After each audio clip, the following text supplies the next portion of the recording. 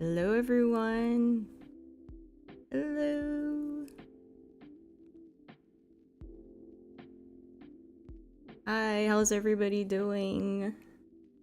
Sorry, I'm a bit late because I had some technical difficulties.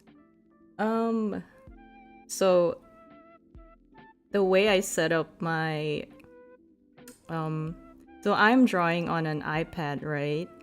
And the way I set up my iPad to connect to my OBS, it's very scuffed.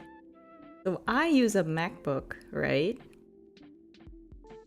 And so I should be able to seamlessly connect my iPad to my MacBook. But for some strange reason, it just doesn't show up on OBS. Yeah, the Lazu Squad art. But yeah, so the way I connect my iPad is that I have to go through QuickTime. So I have to stream my iPad on the QuickTime application. And then I have to screen share my QuickTime, share my QuickTime window. It's very scuffed. And the thing is, I think my USB-C is dying on me. So every time I nudge it just a little bit, my iPad just disconnects. So every time I'm starting my stream, when I'm in my starting screen, it's kind of a gamble. Like, I don't know, I don't know if my iPad will be connected once I change to my stream scene. But anyway, it's showing up. So hopefully we don't encounter too much scuff this time. I know it disconnected a couple of times the last stream and I feel so bad about it, but I hope I can get that sorted out somehow. But anyway, hello everyone. Hi, it's Phobos. Hello. Thank you so much for making it. I know it's super late for like a lot of you. And yeah, so I'm really grateful that you guys have like come to hang out and draw and chill with me. Yeah. So today I'm just gonna be finishing up one of my like gazillion illustrations in progress. I think some of you already recognize who I'm drawing. It is our great god, our fish god, Lazuli.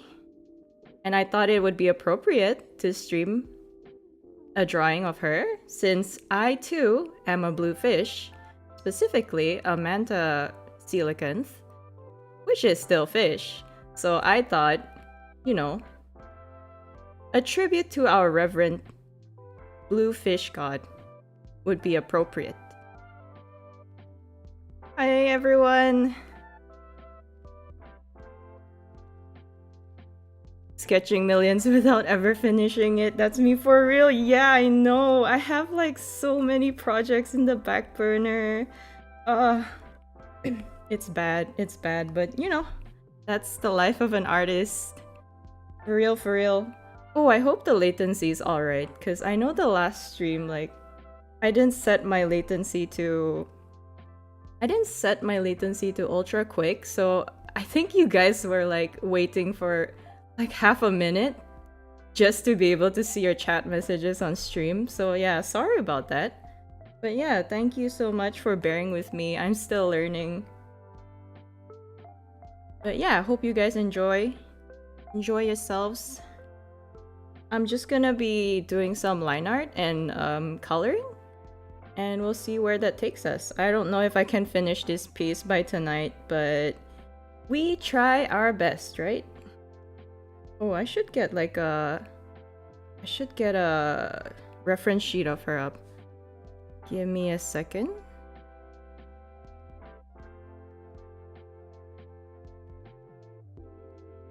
Anyway, how are your guys' weekends? I think it's still Sunday for some of you guys. But yeah, how did you guys spend your weekend?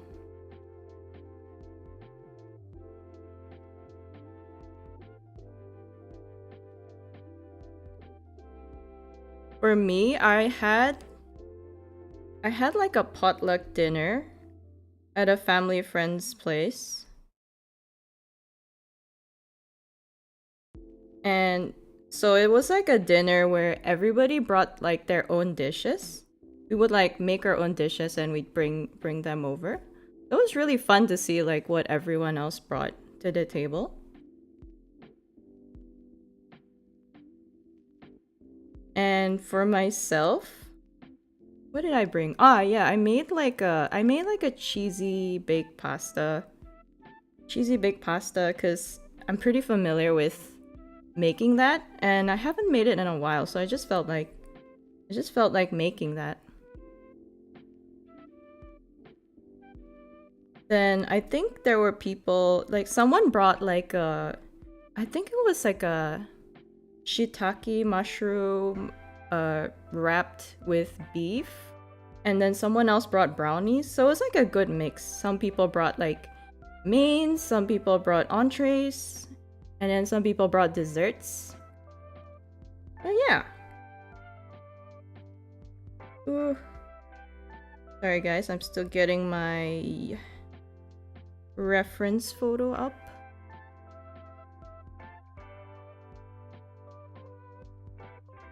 Okay. Okay, we got it. Ta-da! Busy weekend, been working on some art and projects. Cool! I mean, same here, right? We're always working on art. Yeah, even for me too. Like, I spent like the whole weekend rushing out art because there was like Chiaki's debut, and then there was also Amagairuka's debut, which was yesterday, last night, which was really awesome. I don't know how many of you managed to catch it, but she's a very familiar looking dolphin girl. And we did spend the last stream like doodling a chibi of her. I went to get Japanese curry, but they served it with noodles instead of rice. It was traumatizing. Was it that bad? I've tried curry noodles myself. It's not too bad. Were the type of noodles just bad? Like sometimes they have like curry udon and stuff, right? Dang, if that's me, I would bring a boiled egg. I can't cook nothing. I can't relate to that, honestly. I mean, before I moved in alone here in the down underwater, I used to cook like only really basic things like I don't know, instant noodles, and like I used to cook a lot of like chicken breast because I work out a lot, so I had to like maintain like my my protein intake. So like the easiest way for me was to just like cook nasty wait, I shouldn't be coloring it yet. Nasty chicken breast. Yeah, that was not fun. It was not a fun era, I would say. My weekend was okay. Pretty much spent it all studying for finals. Oh, I hope it'll go well. Good luck on that. All the best. You can do it. You can do it. That's a cool feature. It keeps your yeah. Like surprisingly, Procreate has like a pretty good like UI. And before I found out that there was even a reference feature, I used to just paste my reference images onto the canvas itself, which is yeah, I mean it works, but you know, it's a little scuffed. I want to draw the lats. Let me see if I've got the right brush. I got like 2 weeks off because of Golden Week, been doing stuff. Oh, that sounds fun. What kind of stuff have you been doing? 2 weeks is a long time. Curry udon is a thing. Yeah, curry udon is good. I love curry udon. But I guess like if you're not using like the right noodles, it'd be pretty gross. So you're a muscle mommy. I wouldn't say mommy, but muscle, yeah. I love working out. So just before this stream, actually, I just came back from the gym. And I'm just sipping on like my protein shake right now. So today was today was a dreaded leg day. It's my brush. And oh, there it is. Yeah, today was leg day, which is like my least favorite. I used to love leg day just because like I'm strong in the legs, but I don't know, man. Over the years, like I just it's mentally taxing. Like it's all right, but like it just tires me out like mentally to do leg day. I know there are memes of like leg day hate, and like honestly nowadays I can see why it's a thing. It's what I do on Clip Studio. I just paste on a layer. Not sure if it has a feature like this. I'm pretty sure Clip Studio does have a feature like this. Like I've seen other artists use it. So it probably does. Don't quote me on that, but I think I've seen it. But yeah, so now I'm just sipping on my protein shake. So if I suddenly take a pause and disappear for like a couple of seconds, I'm probably taking a sip of protein shake. I recently found like a new protein powder that I really like. And it's like strawberries and cream flavor, which is if you know anything about me, I love strawberry. Like it's my absolute like go-to flavor. Like give me strawberry flavored anything. Like I don't care if it's like a artificial strawberry flavor or like a realistic strawberry flavor, like real strawberries. Like I love them all. Give it to me. Yeah, Clip Studio does have the reference function. I haven't used Clip Studio myself. I plan to in the future, especially if like since Procreate keeps acting up on my when I'm streaming. So like I really hope to transition to Clip Studio eventually, but for now I don't have a tablet yet. So I just have to work with my iPad for now. Yeah, so anyway, my protein shake, it's strawberries and cream flavor. It's so delicious. It's the best tasting protein powder I've ever tasted in my life. And then I put like, I also mix like my protein. So I made like a smoothie. So I put like, I put bananas, or like a single banana, and then I put some seeds, like chia seeds, and LSA. If you guys don't know what that is, LSA, it's what they call it here for. I think it stands for like linseed, flaxseed, and almond. So it's like a mix, like it's a blend of seeds.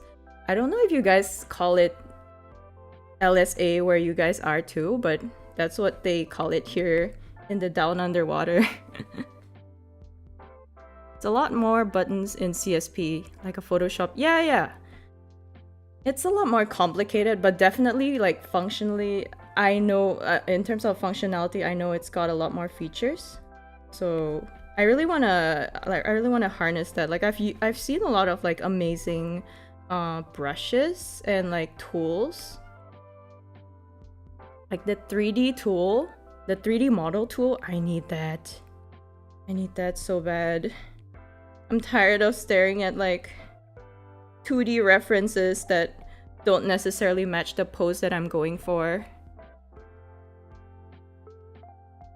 Yeah, Clip Studio just keeps getting better. But I'm kind of bummed that they sell their product by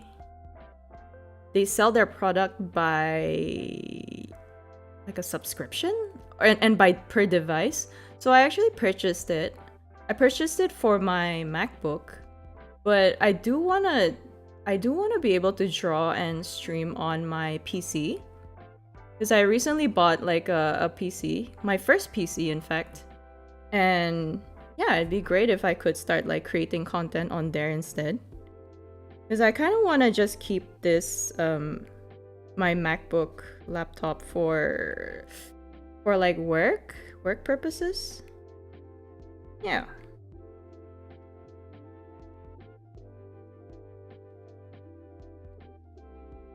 Drawing perspective is faster than using 3D on CSP. Yeah, I know that like I think modeling 3D itself takes some time. Which yeah, cuz I've used like I've used online tools that do kind of like the same thing as the 3D tool in Clip Studio, and it takes me forever to get like the poses right and stuff. Why is this transparent? Yeah, it takes me a while, so like I totally get that. But I'm terrible with perspective, especially when it comes to drawing humans. So I really do need that like 3D function. Could buy it once, but if you want the latest update, you need the subscription. I believe that the one I purchased was tied to this device, like the MacBook.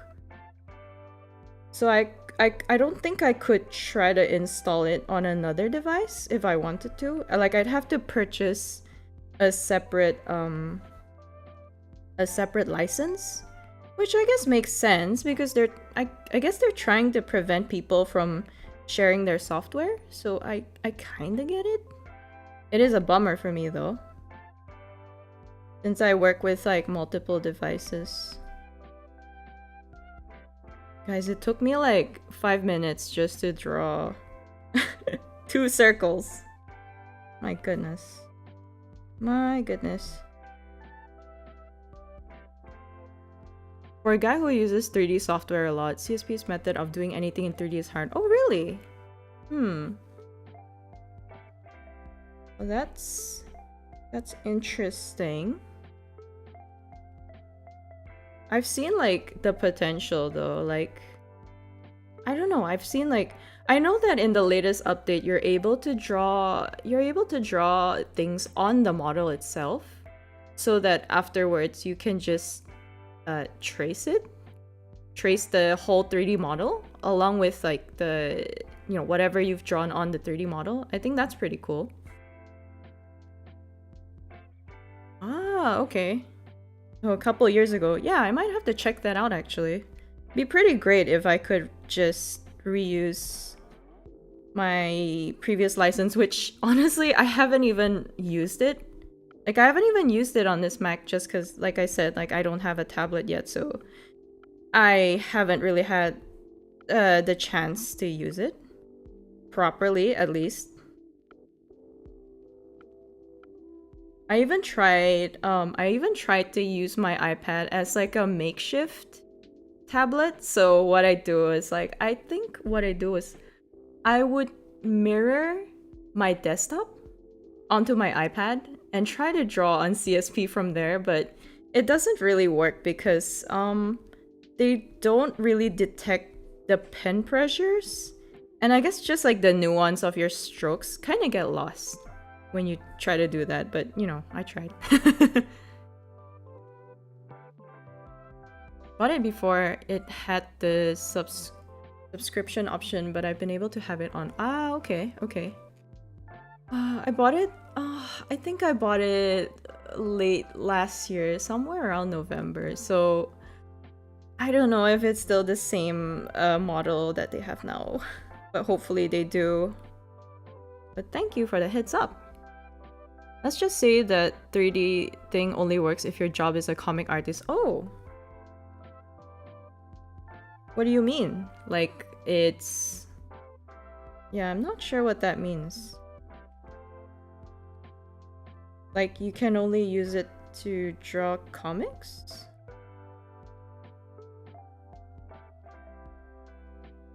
Back when I first saw the design of the lads, I didn't realize that the tail fins were tail fins. So I thought they were like I thought they were just legs that sat on the ground like a normal, you know.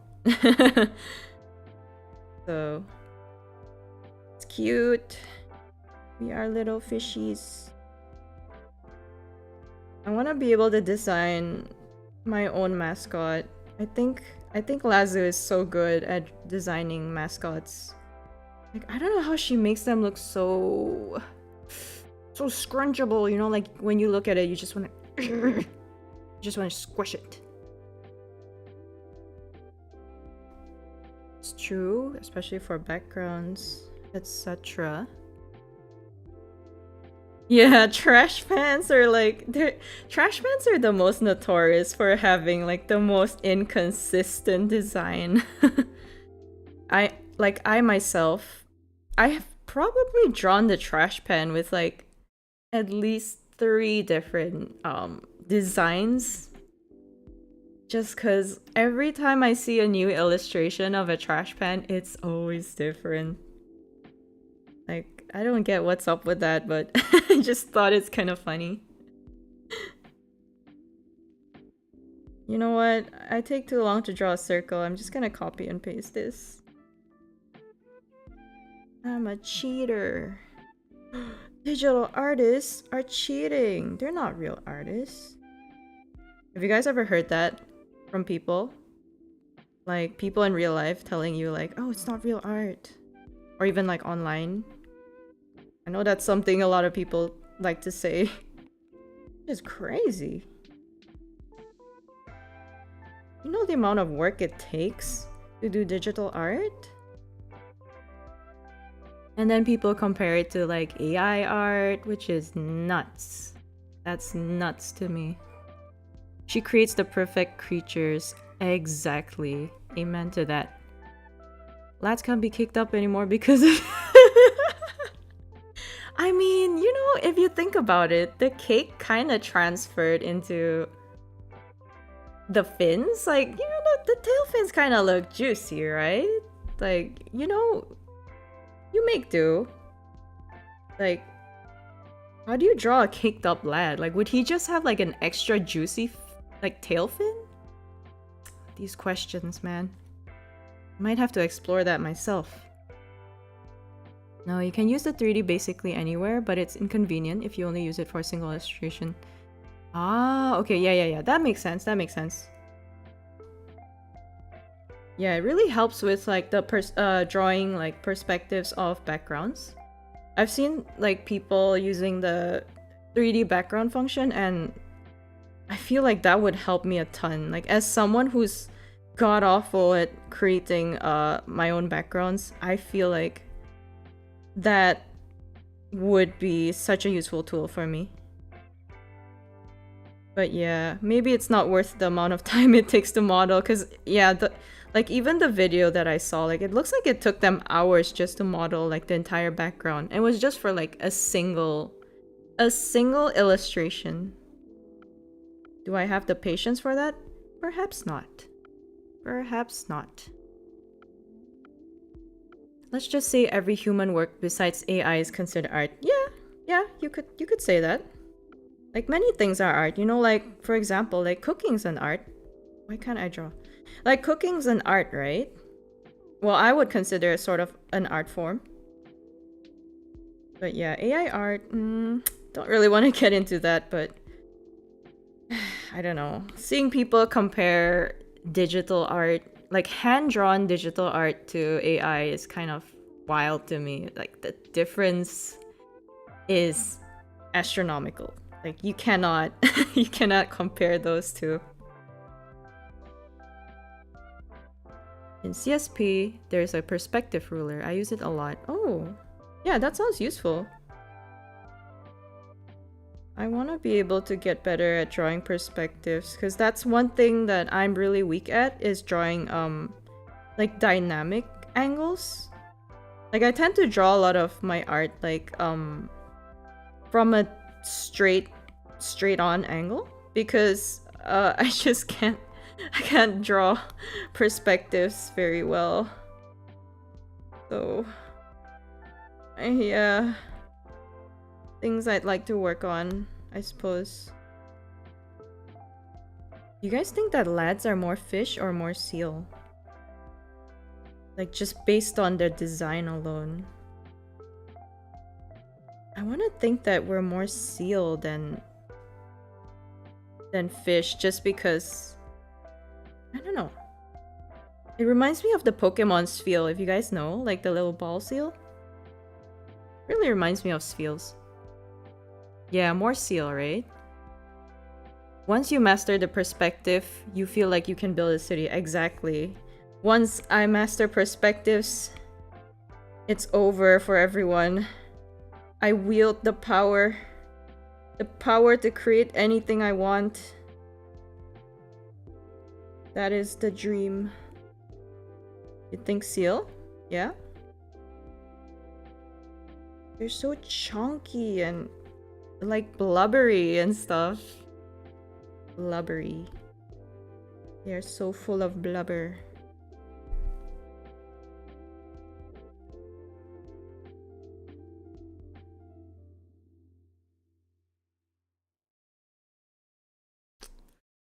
I'm just gonna keep duplicating these glasses.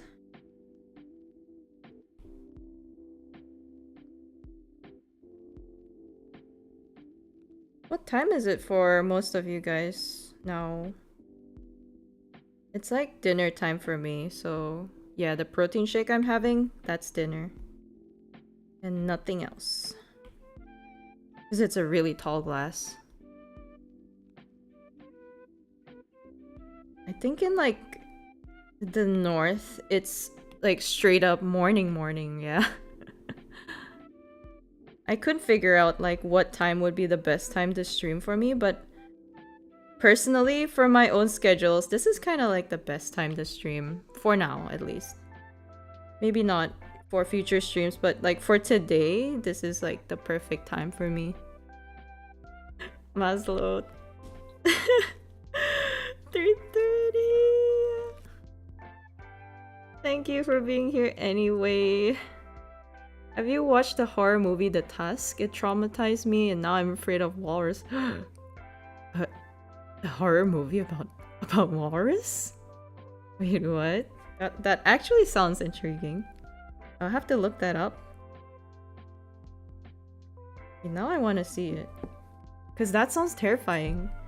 Like, personally, I love sea creatures. I mean, if it wasn't obvious enough, I am an enjoyer of the creatures of the sea. So... And like a walrus, of all things? Interesting. The Tusk, 2014. The life of a haughty podcaster, Wallace Brighton, changes drastically when he travels to Canada for an interview with an infamous celebrity who, unbeknownst to him, has a strange affinity to walruses. What? Interesting. Well, I'm looking at the images and it looks horrifying. It's like a body horror film? That looks... Oh my god. You guys have to look it up yourself because I don't know if I want to show that here, but it looks terrifying. I might have to check that out. I do love horror movies, so thanks for the suggestion. That movie scarred me so bad. I can imagine just looking at the images. Yeah, I do. Well, I do like all types of horror, but I tend to watch more like psychological horror. But yeah, I also enjoy body horror, like Junji Ito type of horror. I think the last time I watched a body horror was... Wait, does Saw count as body horror or is that just gore? I don't know. Have you guys seen like the new Final Destination trailer? I saw it and I I was wincing so hard. Oh my gosh, that trailer. I couldn't even watch it. I am a bit squeamish about people getting wounded, I suppose. Like cuts and stuff. I'm not too bad with blood. Like blood spraying everywhere, that's fine, but something about that trailer has like there's this like sense of like realism and like, you know, the fact that it could happen to you or someone you know. Yeah. I can't. Ugh. Ooh. Never get scared of the ghost kind of horror, but body horror I can't. Yeah, exactly, right? I mean, ghost kind of horror. I mean, it also depends, like do you believe in ghosts? I think for some people, like if they don't even believe in ghosts, like it doesn't faze them. I'm okay with like ghostly horror movies or stories. Mostly because, well, I'm not that easily afraid of like horror movies. The only thing that bothers me about them is the jump scares. Like I'm horrible at handling like loud noises and like sudden movements. Like I'm very prone to getting shocked.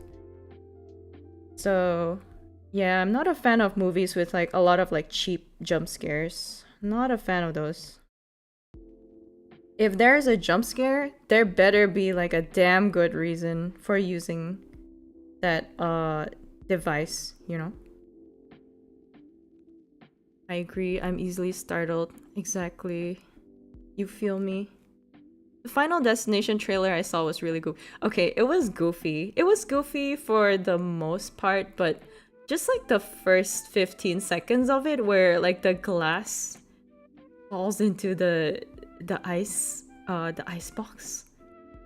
I don't know, that just conjured a lot of like horrifying images in my head of like I just stopped watching the trailer after the like that scene. But after I watched like the rest of the trailer, it was actually not too bad, I guess. It was borderline funny. Like it really captures the spirit of the older Final Destination movies. Have you guys ever watched those? I was rewatching the you know, there's like a Final Destination, like one of the older Final Destination movies. There's like a scene of like the roller coaster, like the roller coaster accident. I was watching that with a friend and we were laughing so hard at how goofy it was. And the racing scene too, like the car racing one. Oh my god. Oh, peak comedy. I don't know if it's meant to be funny, but it's funny, right?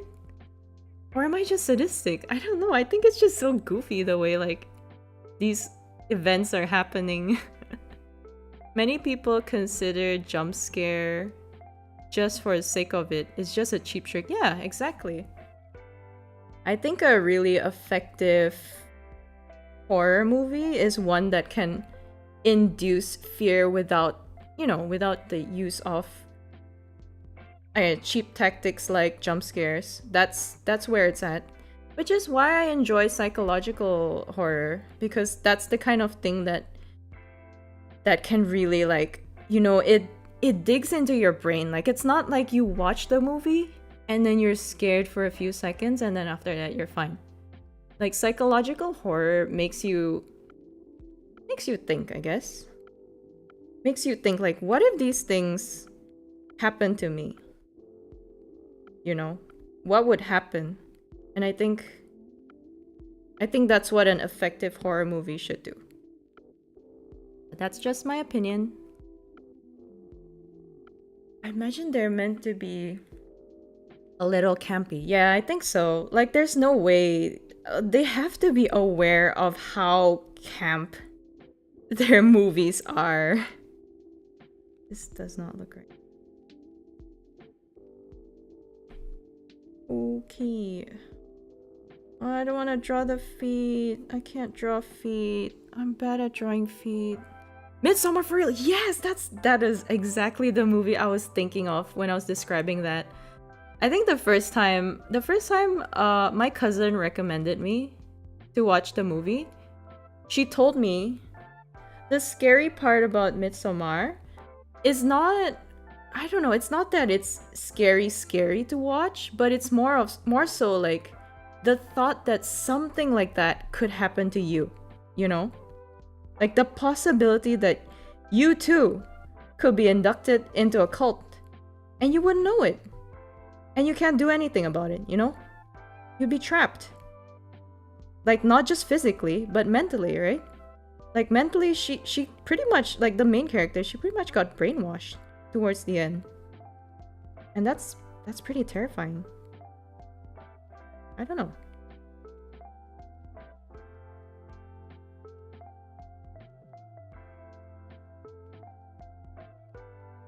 Alright.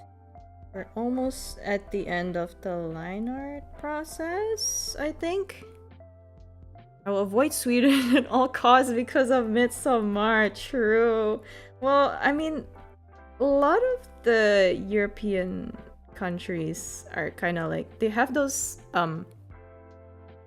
Celtic cultures? Is that the word? Like, no, what was the... But yeah, they have a lot of those types of subgroups there. And yeah, the thought of, I don't know, the thought of being abducted by a cult in like a far away land away from civilization, like, it's me, you know? Yeah, pagan. Yeah, I think that's the word I was thinking of. Not Celtic, sorry, my bad. I start coloring. I don't want to draw the feet. I know people like feet, but I personally can't draw feet, so... So I'm just gonna skip through and go to the coloring process. And put off drawing the feet until I can't anymore.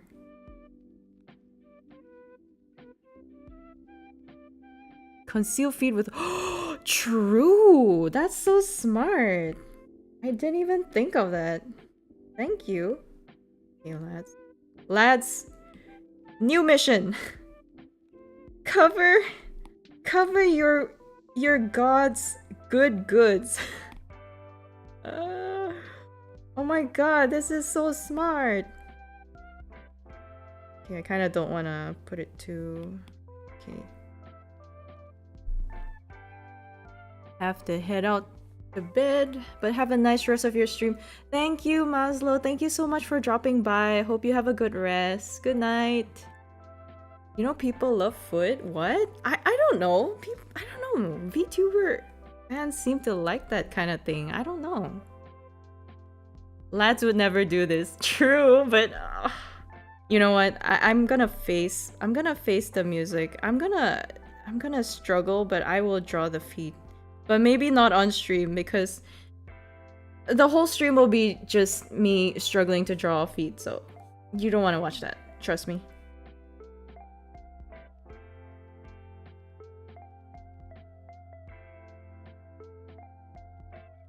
I love Lazu's hair color, by the way. Like, it goes from a gradient from like a dark blue to a lighter blue, and then there's like pink accents. It's very pretty. Perfectly placed for ease of kicking.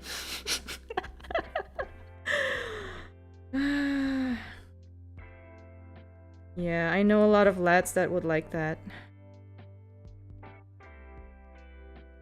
The pink accents are amazing, I know. Peak design. Peak design. She's so talented. Like, what can't she do? That's our god.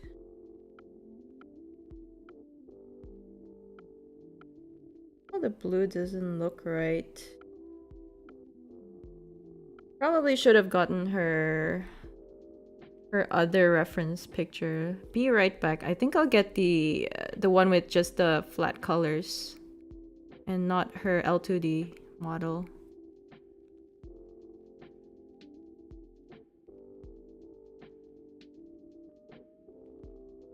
Azufish reference. The red hair underneath was a it's a good contrast. I was surprised to see it at first, but I think it's a good touch. Really complements her eyes.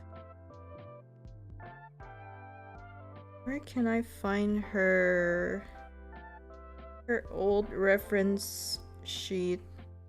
Oh, you know what? I might just steal it from her Irasutoya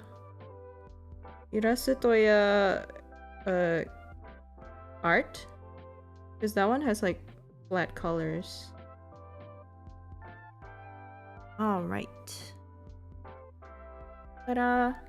And she's wearing shades. Oh my god! Wait, that's perfect actually.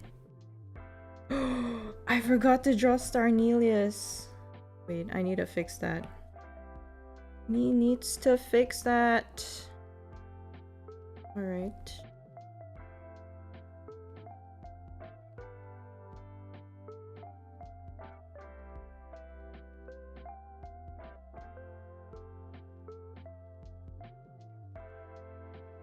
Right under her skirt.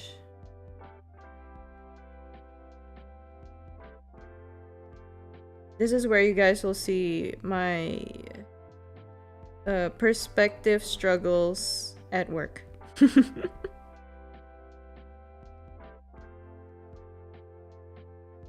What layer is this even on? Okay. Oops, wrong layer. You guys ever experienced that? Because I do that all the time. I'll start drawing and then I'll spend like 10 minutes on something and then realize, what layer am I drawing on? And boom, boom, bada boom, it's the wrong layer. But it's okay, I can still salvage this one. That does not look right.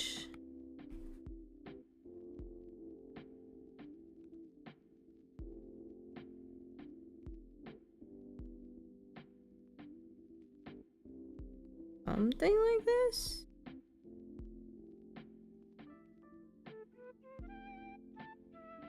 The long layer struggle kills me. Yeah. I don't know a single artist who doesn't struggle with it actually.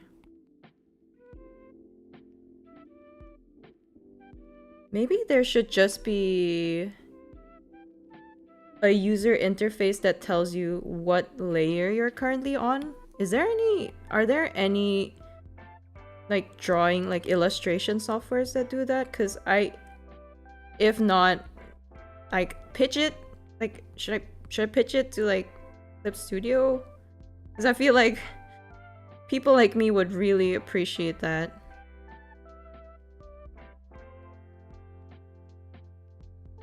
Like just like a little thing hovering at the top of the screen like, hey, you're on layer color, you're not on layer line art. Hello. That'd be great.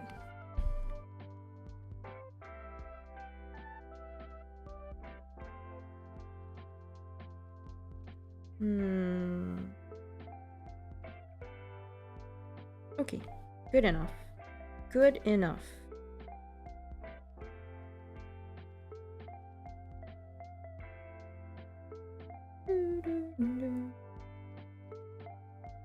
Okay. Now I need to replace these colors. Microsoft's Clippy. Are you sure you want to keep drawing on this layer? Hey. I miss Clippy, man. Like, if they had a Clippy for Procreate or Clip Studio Paint, heck, it's even in the name, Clip Studio Paint. Like, if they had a Clippy for those apps, take my money. Take all my money. Take it. Like, the amount of time it would save me would be phenomenal. Like, it'd be crazy.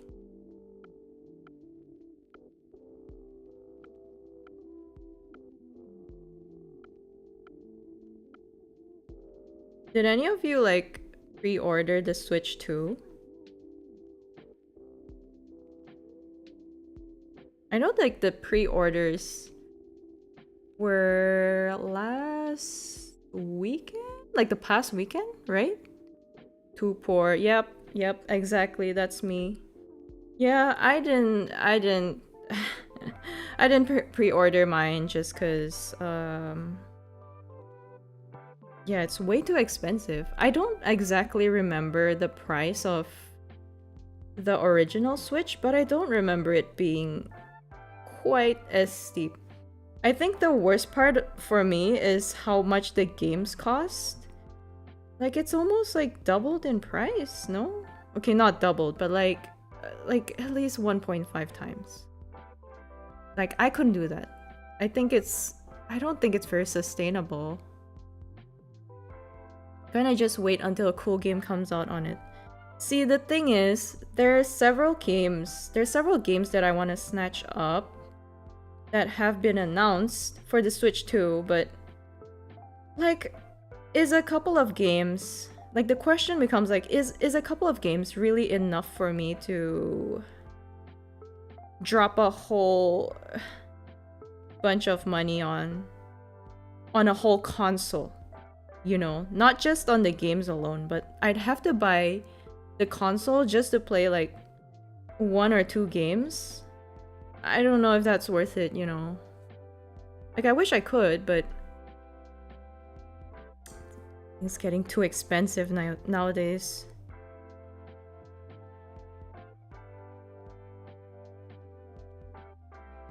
There's like a new Rune Factory game coming out. I don't know if you guys play any kind of farming simulator games and such, but I was pretty hyped about Rune Factory coming out.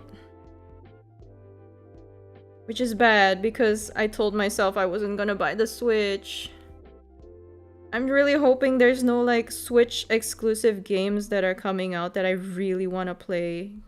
That would make me so sad. Are there any games that you guys are looking forward to?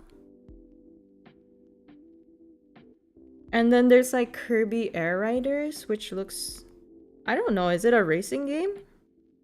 Not sure, but I love Kirby and I play most of the Kirby games. Like, even the spin-off ones. So I feel kind of sad that I'm gonna be missing out on that title.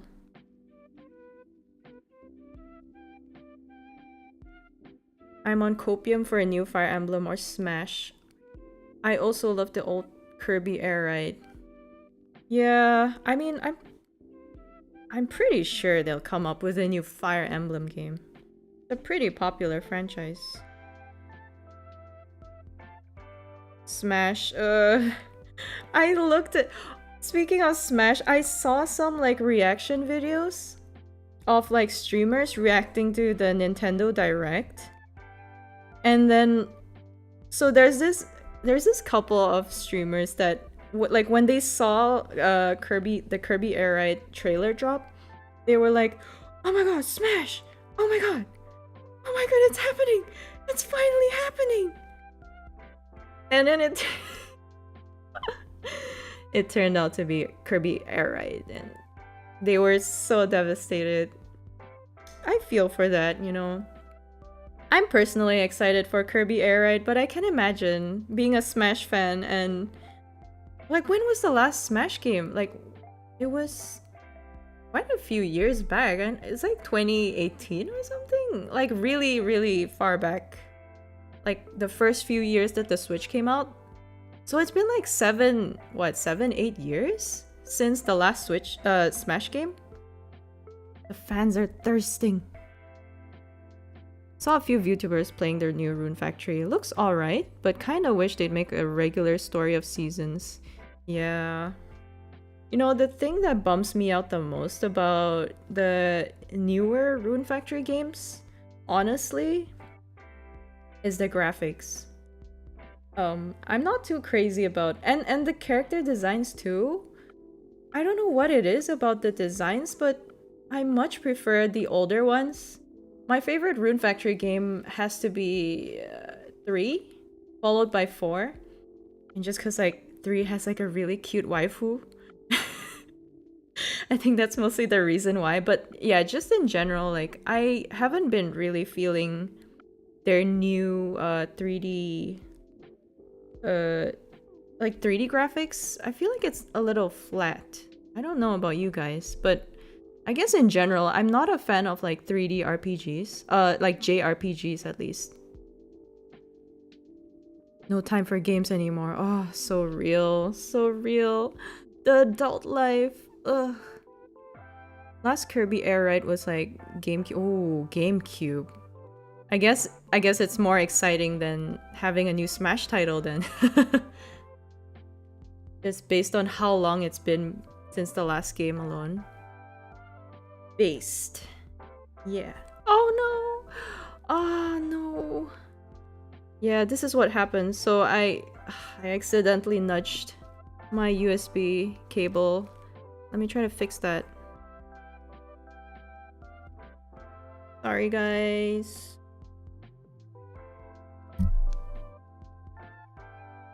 The worst part about this scuff is that the only way I can fix it is by restarting my iPad. I don't know why.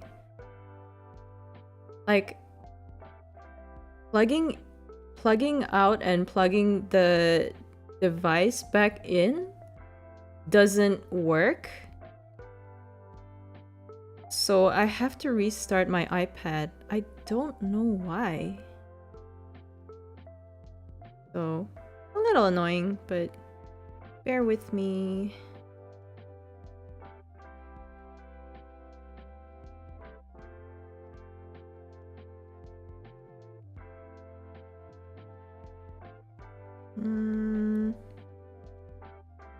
We should be back, I hope. Yeah, we should be back. Let me see. Hooray! Back. Sorry about that. Yeah. I'm looking forward to the new Digimon game that's coming out. I don't know if any of you guys play any Digimon games, but it's been a few years since their last installment. It was like Digimon Cyber Sleuth or Hacker's Memory or something.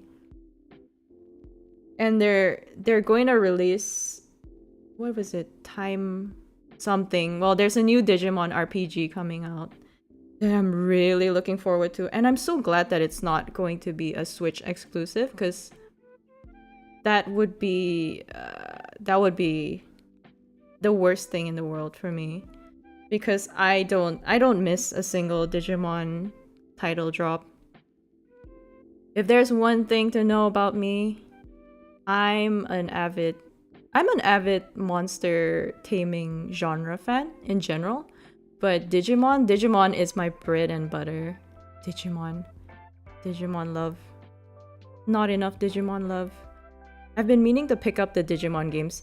Yeah, people are saying that Cyber Sleuth and Hacker's Memory are like really good JRPG games, even for non-Digimon fans. So like it's the game that's garnered the most like mainstream attention compared to like the other Digimon games they've released recently. I think just because it's more similar to like a traditional JRPG. So if you've played stuff like, I don't know, like Persona, and sorry, I don't play too much JRPGs, but yeah, if you've played those kind of games, it's still pretty palatable even if you're not into the world of Digimon. Whereas like they have like other titles like Digimon World Next Order, it's more like they're more focused on like the monster taming aspect. So if you guys know, for the Lazu watchers out there, if you guys have watched her play Monster Rancher, it's kind of more similar to that. So it's more focused on like raising the monster itself and making sure it doesn't die and battling it and stuff. But for Cyber Sleuth and Hacker's Memory, it's more, I guess it's more like Pokemon. You don't really have to like take care of your Digimon per se. So it's much easier to get into for people who aren't used to the monster raising genre. Yeah. Sorry, I get very yappy about Digimon because I love Digimon. Oops. Sorry about that.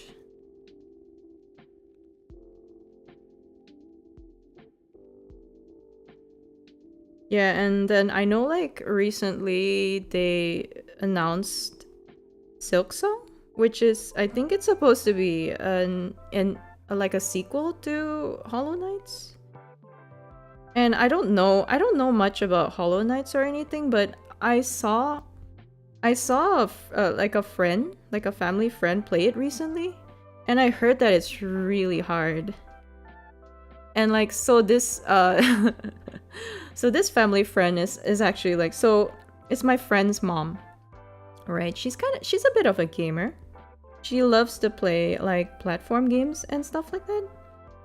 So when she picked up Hollow Knight, she was like complaining that it was way too hard for her, and like, yeah, my friend ended up having to like he had to play it for her the whole way through. She kept asking like, is there like an easier mode on this thing? But you know, there wasn't. So yeah. Pretty cool though. Gamer mom.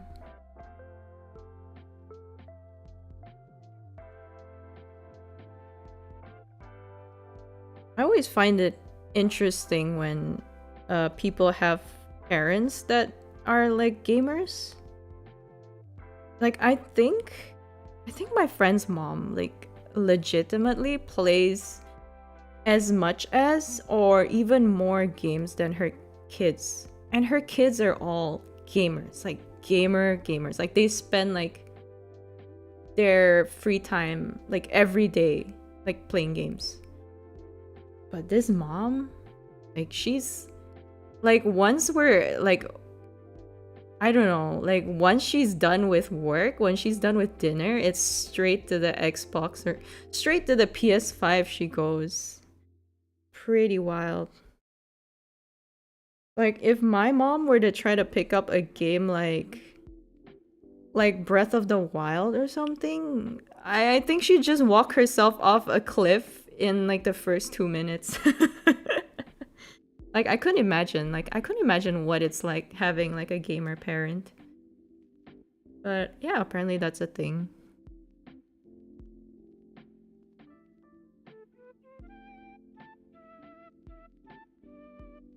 Like of course you can have like games are for all ages, but I just never experienced like seeing like someone from like the older generation being so into games the same way that people in my generation do. Especially not like new generation games. So like my dad was, I guess he was, you could call him like a casual gamer. Like he did play those classic arcade games. Like you know, Galaga, Space Invaders, those kind of games. But not like freaking cuz this mom, she plays like hardcore like open world RPGs kind of games. Like, it's pretty impressive. gamer parents will probably get more common as time goes on. Yeah, definitely. But like this mom, she's like nearing her 60s. Like, I mean, I don't know. Like, it's just you can play games at any age, but it was like a culture shock for me. That's all. So funny that that old people say that 80s and 90s games are the best, yet I've never seen any of them play any games. Yeah, well, I guess in a way, availability is also an issue, right? Like the longer time goes on, like it's not as easy to find 80s and 90s games. Like, sure, a lot of people, you know, like you have the ability to emulate older games nowadays, but I don't think people in the older generation really know how, like, anything. Like, they don't even know that emulators exist, let alone how it works. So, can't say I blame them for that. And plus, I think, like, I don't know, maybe the older they grow, the less time they have, which is a sad thought, but you know, it's a thing, right? Even I myself, I don't game as much as I used to. But I try to make time. Yeah, our generation is gonna be a generation of neglectful parents who would rather fight bosses than take care of our kids. And that's why I couldn't have kids. If I get addicted to a game, that baby is going on silent mode. There is no silent mode on babies, but you know, like I don't know, man. I fear for the new generation of parents. Older era uses arcade too, not a home console. Yeah, exactly. So like even the arcades now, they don't really have like classic games. And I think if I shoved like my dad into like a new modern arcade and went like, "Hey dad, let's play some games." Like I don't think he'd understand like half of how they work, how half of them work. Yeah, it's just harder to find the games that they enjoy. The iPad kids. Can you imagine? Can you imagine like iPad kids being parents? I don't like imagine iPad kids of today becoming parents. When they become parents, what are they gonna do? Like they're gonna be stuck like watching CoComelon while their baby cries. Like they'll be feeding their child 1 second and then they'll kind of like lose their attention span. And then they'll just drop their baby and do something else. I don't know. I have a pretty pessimistic outlook on the younger generation. Ooh, do I want to make the shades this color? I like it. I think the original one... I don't remember what the original color was. At least we've got every parental book and videos available for us. Plus, we are the generation that experiences both pre-internet and internet era. That's true. That is true. But how many of us have the attention span to read a whole book? I think the more likely situation would be that we just end up like watching YouTube tutorials and like TikTok like shorts, like YouTube shorts and like TikToks on how to raise your child, which is a pretty, I don't know, something about that seems pretty dystopian. Like how to make your baby burp, and it's like a 15-second TikTok video. Has been a while, but I used to love reading books. Ooh, what kind of genres do you read? I've been meaning to read more books as well. But I've been so busy this year that I've only managed to read like, I don't know, 2, 3 books, and like a couple of them are manga, so don't know if that counts. I used to read like an average of 30 to 40 books a year. Wait, maybe more than that. Especially during the the virus era. During that era, I think I must have read like at least 40 to 50 books. And they were like... And I'm talking books like Game of Thrones type of like novels, like long novels. And not just like manga. So things that took a while for me to read, but like I just read like all day. I love reading. I love books. If you want to know how to make babies, there's a lot of sites that contain many videos of that. So I can't say we got everything. Yeah, that's true. We are a very we're living in a fortunate era where information is super readily available. And I like that. Yeah, it's good. It's just the only challenge here is not finding the information, I guess. It's more like wanting to find that information. Because if I had to watch like YouTube tutorials on how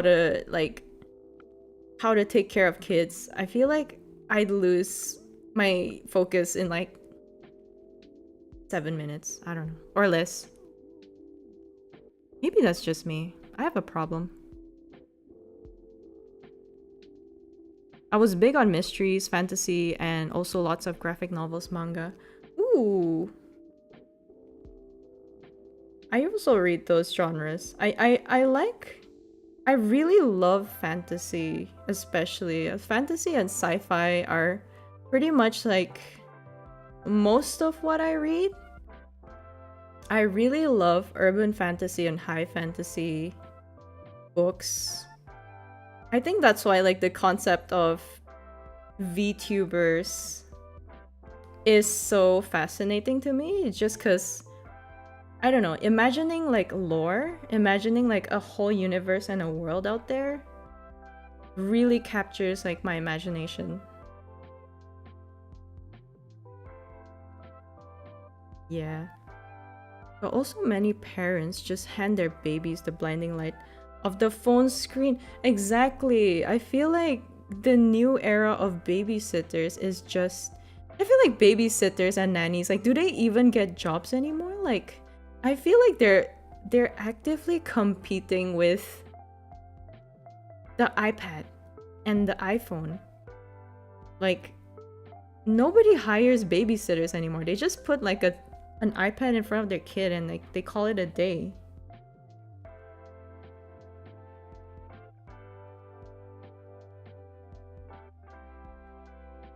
Like, I don't remember the last time I saw a child, like a young child, without any sort of like, I don't know, device in front of them. And I'm just like, hello, the kid is having dinner or something, like, you know, like, I mean, I get that you wanna have your hands free from your child sometimes, but I don't know. Man, what do I know about parenting? Oh yeah, sci-fi. I also love some cyberpunk. One of my favorite books is Snow Crash. Ooh, I've never heard of that one. Honestly, I don't know a lot about cyberpunk books. I've read like steampunk, a lot of like steampunk fantasy books, but I don't think I've found a lot of cyberpunk. So I might check that book out. Because I'm always looking to expand like my reading, how you say, like my reading tastes. Like, I'm always looking for new genres and themes to explore. I don't know, just something about sitting down and just staring at a page and turning pages. It's very calming. Very calming for me. Really love reading.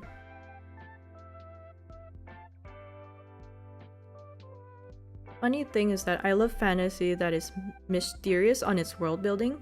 Like there's something that we aren't supposed to know, like in Dark Souls or Skyrim. Ooh, yeah, I know a lot of fantasy books do have that kind of theme.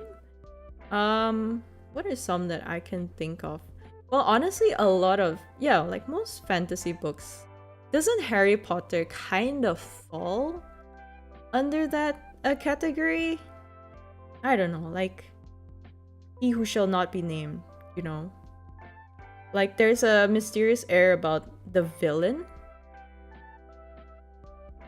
or like certain places in the universe. Can't really think of good examples right now. Wait, was her ribbon always pink?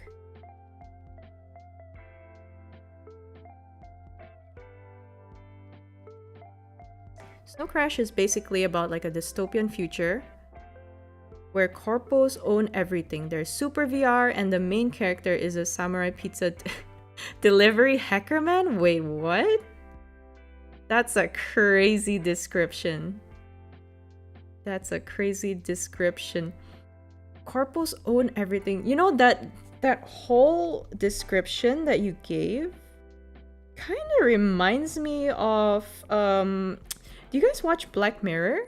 That's like one of my favorite, if not like my absolute like favorite TV shows of all time.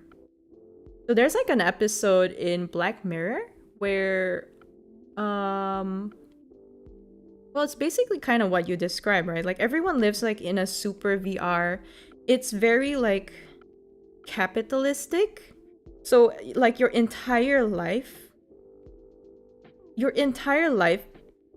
from the moment you wake up to till the moment you sleep, you're just working to earn more money to like essentially, I don't know, like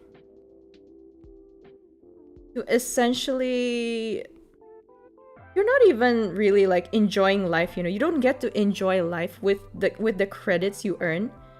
You're just earning money to make your life less miserable. So for example, like in the world in that Black Mirror episode, you live inside like a box that is all like, it's four sides of a TV screen. Like all four sides are basically just like a TV screen, and they're like perpetually just showing you like TV shows, and if not TV shows, they're showing you ads. And if you want to skip the ads, you have to use the money that you earn from working just to skip an ad. So like, would you like to use 3 credits to skip this ad? Like that's crazy. Like it's, I don't know. I love Black Mirror.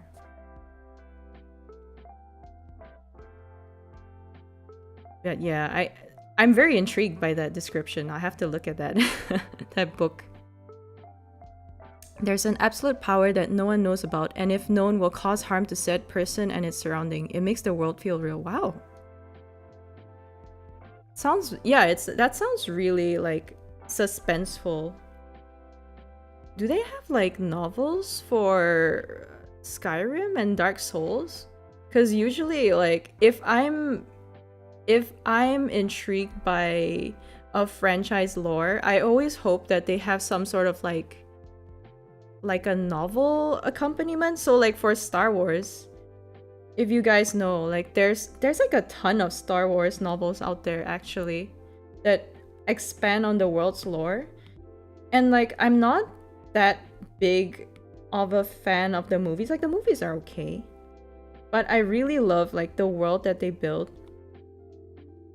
So like finding out that they had so many novels just like expand on like the different parts of the Star Wars lore, like I love that.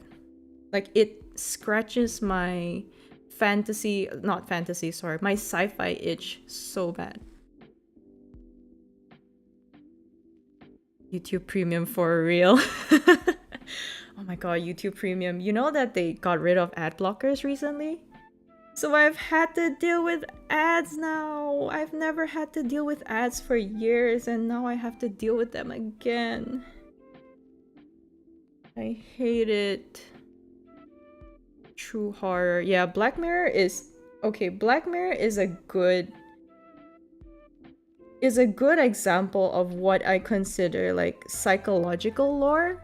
Psychological lore? Psychological horror. Like most of the themes of their episodes are very like they're not immediately terrifying, but once you consider like the possibility of living in that kind of society with that type of I guess like those types of norms and like technology, then that's when you know it starts to get real scary. The possibility that it could happen in the future, that is scary.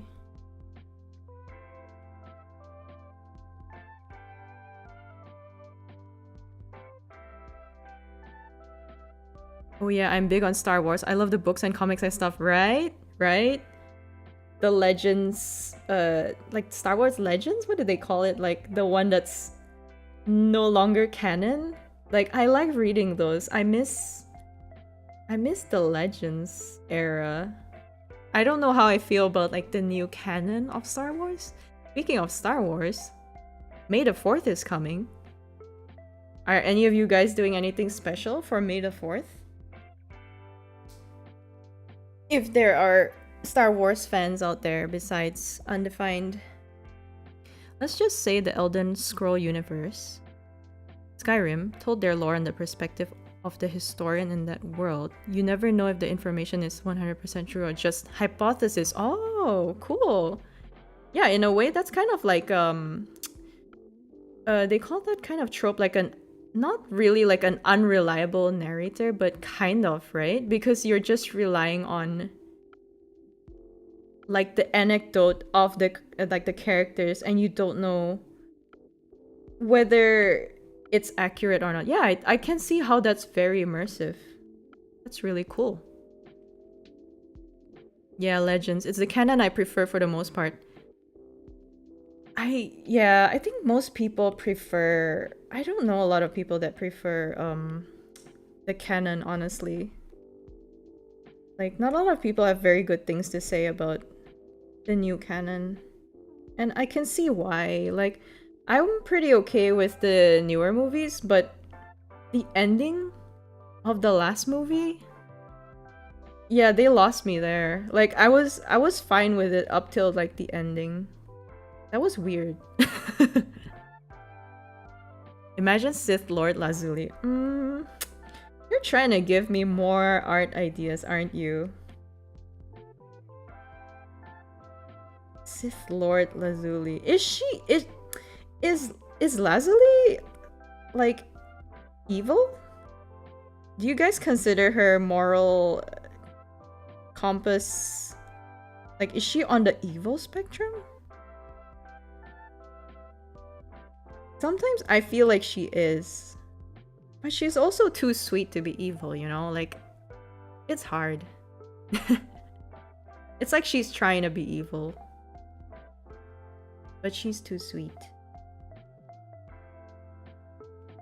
Episode 7 to 9 is not canon for me. I would never consider it canon. Yeah. I think you and many people feel the same.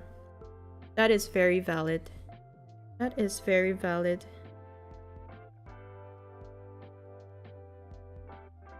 Yeah, I didn't like what they did to Finn, like John Boyega's character.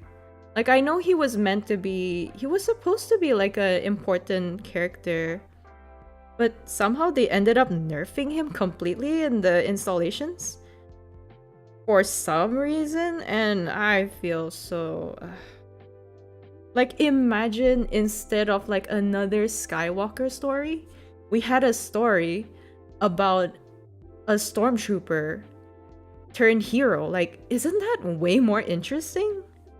What are they doing at Lucasfilms? I don't know. What are you guys doing? Lazuli is too driven by her emotions. She would go towards the dark side. Yeah, that's true. I can see that. Yeah. I'll have to agree with that. Evil. I mean, she already calls herself a god. She is already power hungry, so I think if she had like Jedi powers, she would be a force to reckon with. Let's just put it that way. They squandered Finn. It was so sad. I know. And I also really feel for the actor. Like, I know, like, I heard about his story in interviews where he was so psyched when he first learned that he got the role. And then finding out subsequently that they pretty much like whittled down his parts to the point where he just became like a pretty insignificant side character. Yeah, it was pretty heartbreaking. It was supposed to be his big break in acting and stuff. I wonder how he's doing right now. I'm not sure what other roles he's gotten since then.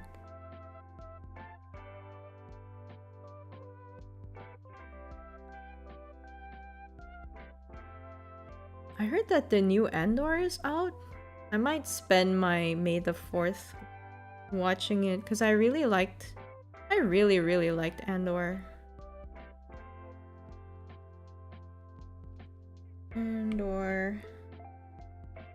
But my Disney Plus subscription ran out. Somehow Palpatine returned. Absolute cinema, yeah. I don't know, man. I don't know. I don't know what they were thinking with the script.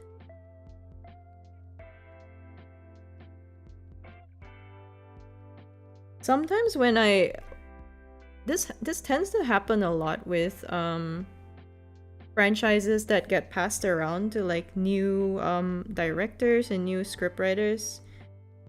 Like the new directors, the new producers, they kind of lose the plot most of the time. This is kind of something that happened with the Jurassic Park franchise. Like, I don't know if you guys have seen like the newer movies, but you know, Jurassic Park used to be kind of like, it's kind of like a warning about like what would happen if man tried to resurrect like creatures, like they tried to play God and resurrect creatures that shouldn't be here. And then it's like a story of the consequences of that. But the new like Jurassic World movies kind of like, you're like, what happened to that? What happened to all that learning that this is a bad idea? Whose idea was this? Okay, hear me out. Look at the news. SpongeBob is... Oh. Should just scrap everything after JP3 and reboot the series? Well, they are kind of like starting on a new series, right? Like the new Jurassic... I forgot, Rebirth? Like the new movie that's coming out. It's supposed to be like a completely new storyline. I can't remember if it's supposed to be like a prequel to Jurassic Park or something that happens after JP3.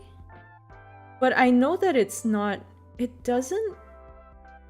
If I'm not mistaken, I don't think it's supposed to happen after Jurassic World 3. So they're going back. Just look at the old SpongeBob old versus new one. Many people say old SpongeBob would hate new SpongeBob. Oh, I haven't watched new SpongeBob, but the one thing that I'm gonna comment on with the new SpongeBob series is cut that out. Cut that out with Patrick's house. Like nobody is buying that. Nobody is gonna buy that his house was a damn turtle all along. No, you're not telling me that. I'm not buying that. As someone who's been rewatching the old series from episode 1 recently, no, there's no realm of possibility that his stone house is a turtle. Wait, what happened? So, yes, if you guys look it up, apparently all along, Patrick's house is like a turtle shell, and like the turtle that owns the shell has just been sleeping in the shell the whole time. Yes, they retcon. Yes, they completely retcon Patrick's house. I'm sorry to tell you guys this. I'm sorry to be the bearer of bad news, but that's what they did. I don't know why. I don't know who thought it would be a good idea. They even have like an entire diagram of like what the turtle house looks like.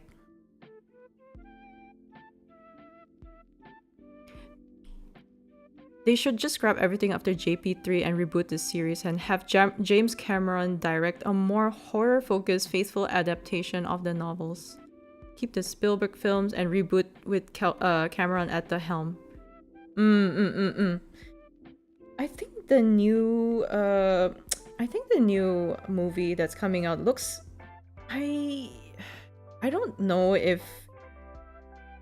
From what I've heard from other commentators, they're saying it's more horror focused for sure. Like the older World was more like thriller, but I think the new one is more horror focused, which is good. Like I like that, you know. Dinosaurs can be scary, and they should leverage on that. I agree with you. We can't have nice things anymore. When could we ever have nice things? Avatar movies are just mediocre. Subjective. I think the world building is pretty cool. But I do admit, like there are some elements of the film that could be better. It has been a while since I last saw the movies, so I don't remember too much about it. But is there like a particular reason why you picked James Cameron for like potential future Jurassic Park movies?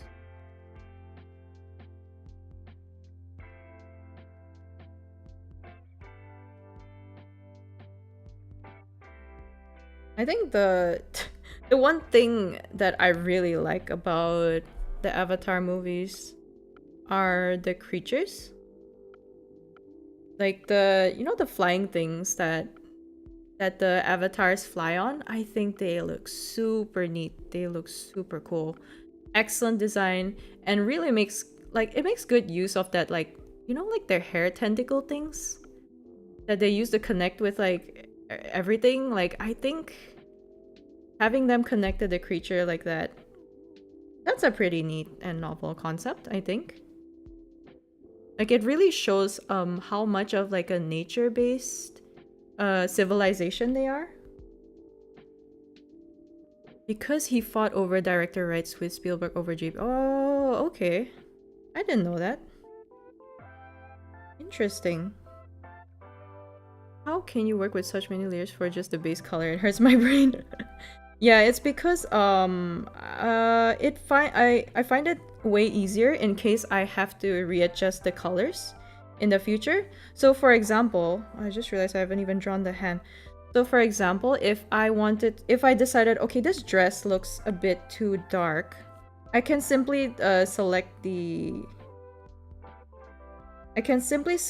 dress layer and just adjust it. You know, like I can make it brighter or like more saturation, less saturation, blah blah blah. So yeah, it's a bit brain hurty, and I'm very bad with organizing my layers, but it does help me in the long run. Cause I used to draw with like my base color layers all in one layer, and it's it was not like it. I learned very quickly that it was not the most efficient way to do things. I'm the same way with all the layers for base colors. Yeah. I don't know why, but the color looks very washed out. Yeah, I'll have to tweak a lot of the colors. I'm gonna try to draw this hand instead of running away from my problems.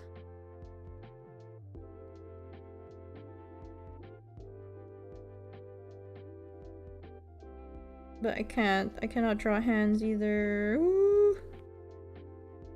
Let's look at a reference sheet. Take a sip of my smoothie.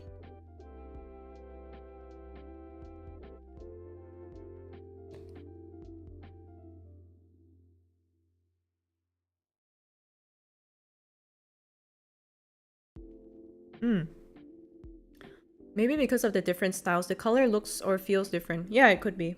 Could be. And like, it looks very flat here. So I'll probably have to adjust that. Unless I'm on a wrong color profile.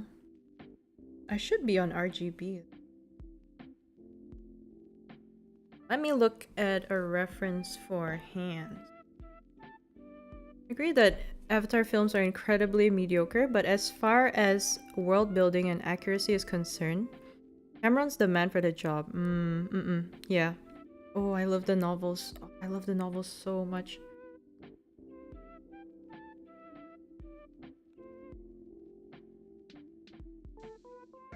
The hand, fist on hip reference.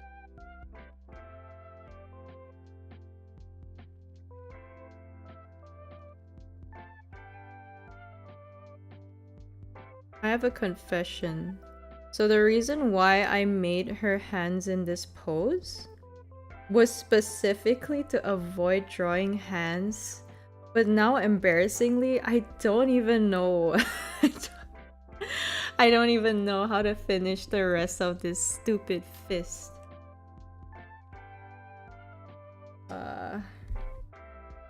If I... What if I just hide her hands behind her dress? Yeah, to conceal the fingers. Because, yeah, honestly, the fingers are always, like, the hardest thing to get right. Like, if you don't draw it the right way, it just looks goofy. Midori, I'm so sorry, but I can't read that. I'm so sorry.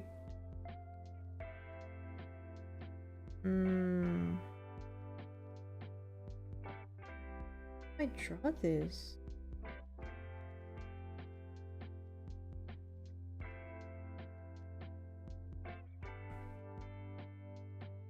Yeah, I should start naming my layers too. I can't even find the layer I'm looking for. Okay, got it. Have you read JoJo's Bizarre Adventure? That's my top 1 manga. I'm biased because it's the one who revived my artistic self. Ooh, that's cool. Have I read it? No. I've watched it, but I've never read it. So and I didn't even finish watching it. I think I watched till part 3 with Jotaro, and then I didn't finish it. I watched it halfway. But yeah, in terms of like the artistic value of JoJo, I think they're great for studying poses. Did I draw this on like a color layer? Yeah, JoJo poses. Best reference. I'm also bad with like drawing muscles of any kind, so I feel like if you were to redraw like JoJo characters,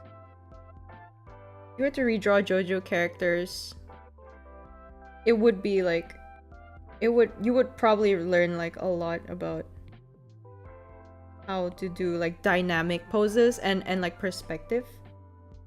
Oh my god, I did draw it on my color layer.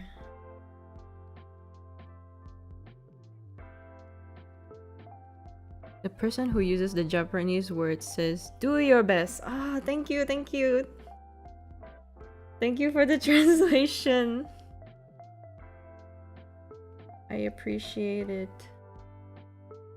This is bad. Okay, I'm stalling a lot. I think what I'll do is I'll draw the hand off stream, maybe, and I'll just keep doing the coloring for now, because I think I'll need to like really put all my attention on like trying to draw like good hands and feet. So I might have to do that off stream, and it might be a bit boring to watch too. Can I just... Oh, you can. Okay. I'm sorry, I'm working on stuff. Hurt JP and just... JP... JP as in Japanese or JP as in Jurassic Park? Both are good. Both are good.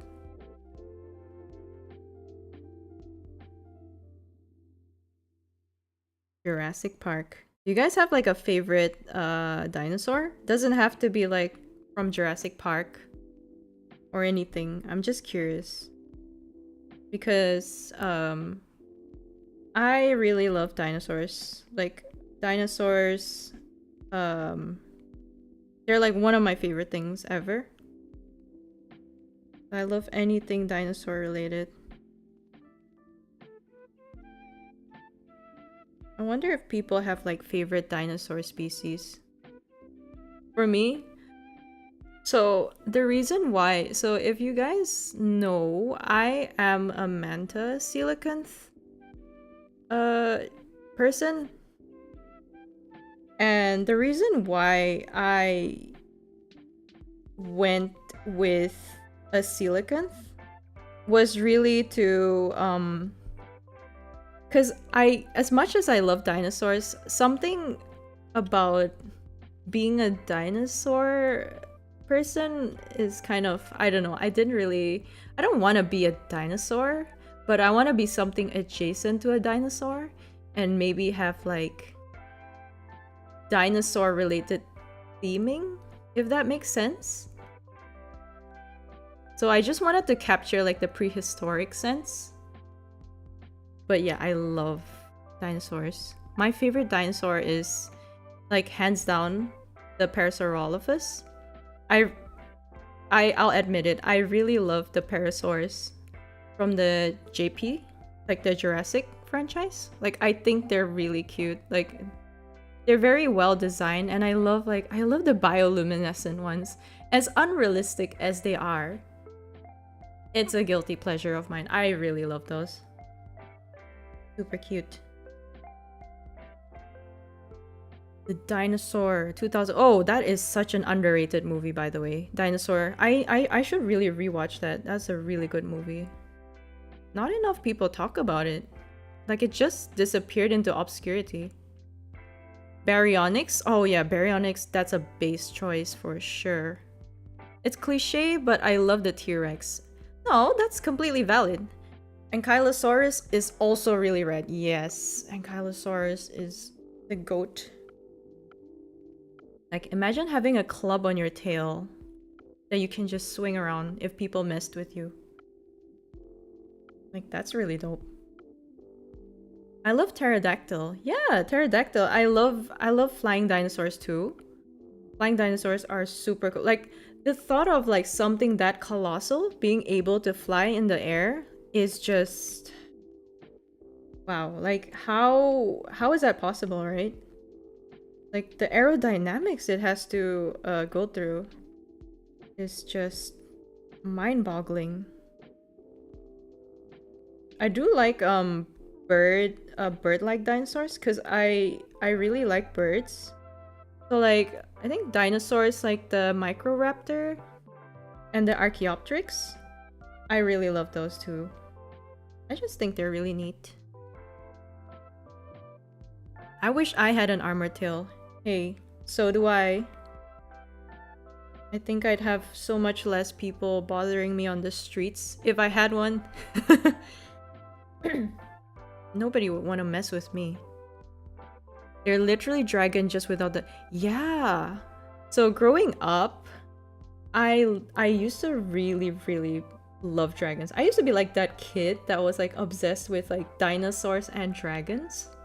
Well, I kind of still am, but I've grown to love like dinosaurs more just because I know that they're real. So with dragons, like they used to... Yeah, I used to be so obsessed with them. And... yeah, I don't know where I was going with that, but I just my love for dragons, I guess, kind of like transferred to like loving dinosaurs. And now that I'm more grounded in reality, I tend to like dinosaurs just a bit more. Nah, if you have a tail, people will fantasize. What? What does that even mean? Explain yourself. Or maybe don't. I don't know if I want that explained. Tail. Ooh. Great to have a tail. You guys know I have a tail too. Like, I have a massive fish tail. You know, I don't even need an armored tail. If I had like a massive fish tail, which I do, people would not want to mess with me. Cause do you really want like a fish? Do you really want a fish flipper in your face? Yeah, that's what I thought.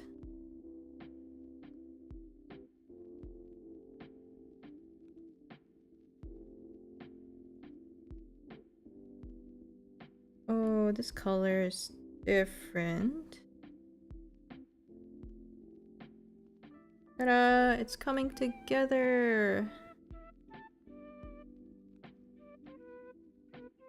Oh yeah, I should draw her gloves.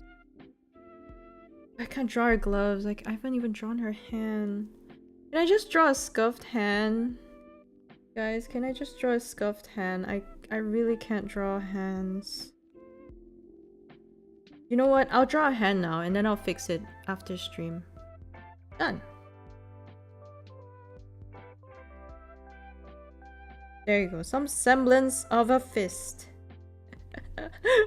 This is so bad. Oh my god, I drew it on the wrong layer again. Stop it, Phobos. Stop drawing on the wrong layer.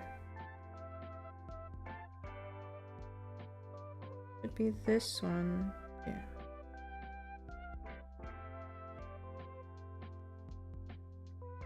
A lot of people really love the tail thingy. I don't know what you mean, but you know what? Maybe let's keep it that way. I didn't know people had a thing for tails. I didn't know that.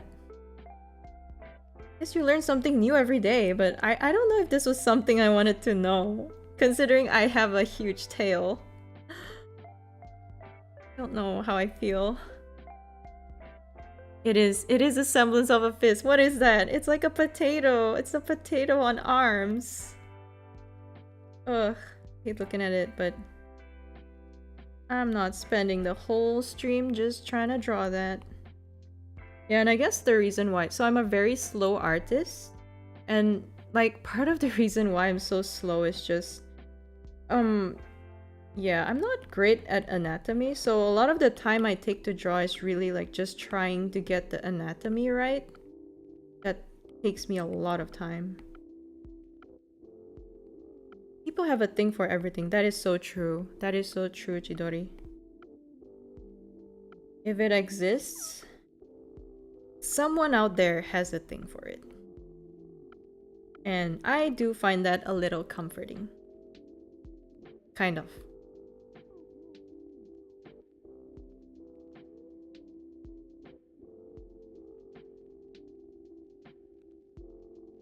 Color is her underskirt. It's just white. Okay. Tail fin color. You know what? I'm gonna look for like the actual reference because this Irastoya is a way too under detailed for me to refer to. Give me a second.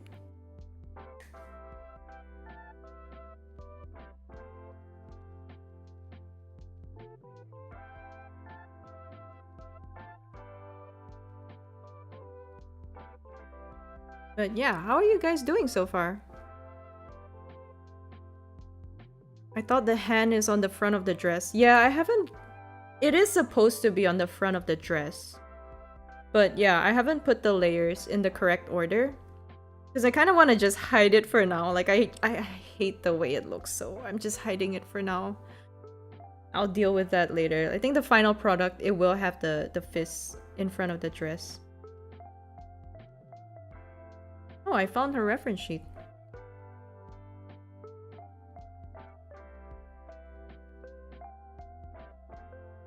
Let me just send that over to myself.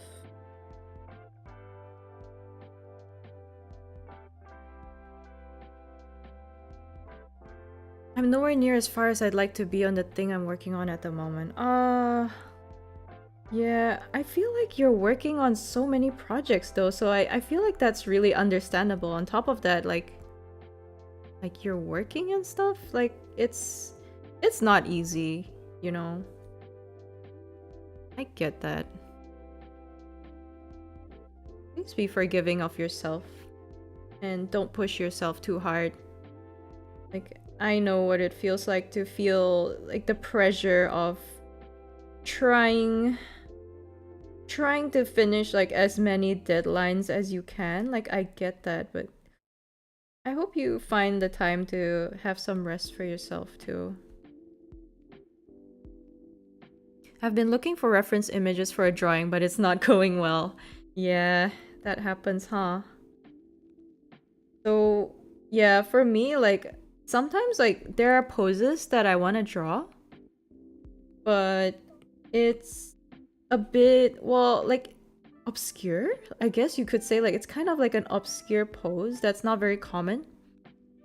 So I'd either have to, like, take a picture of myself, or I would have to use, like, tools like 3D modelers, so like bodycoons, like online bodycoons and stuff, which takes a bit of time to model, and sometimes I don't get it right either.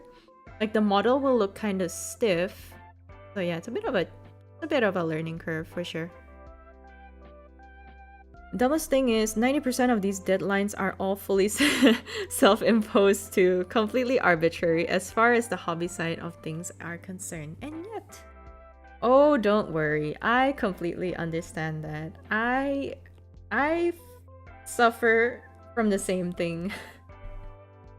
Like every time like I'm drawing and stuff and people are asking me like, "Hey, what are you up to? Like you want to do this? You want to do that?" And I'll be like, "Oh, sorry guys. Like I've got like deadlines to meet." And they're like, "Oh my god, like for work? What is it? Like you have to do work on a weekend or whatever?" And I say, "No, it's just fan art."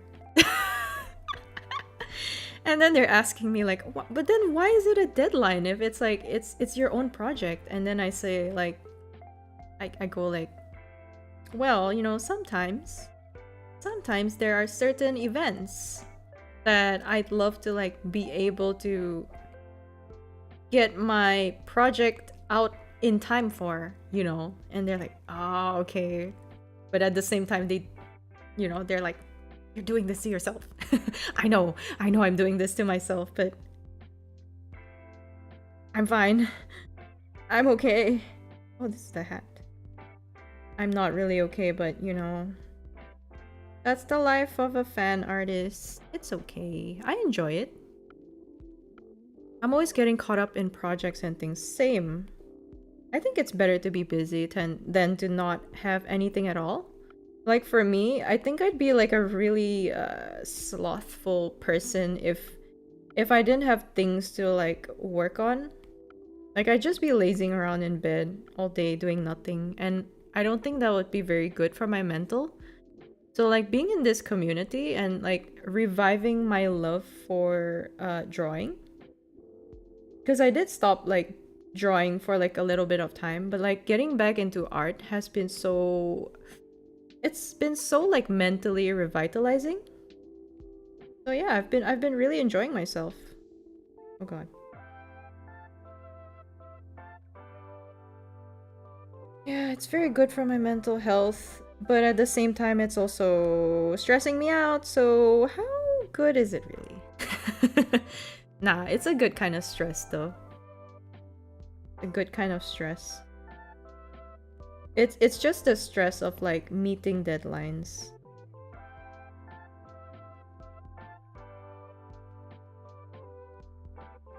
So, like time-based. Okay, that looks better. Yeah, the colors are more accurate on this.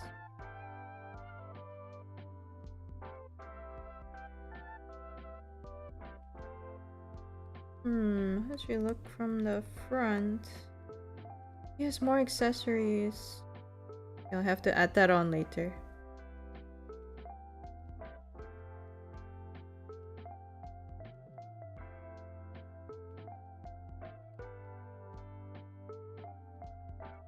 Yeah, I don't like that brush.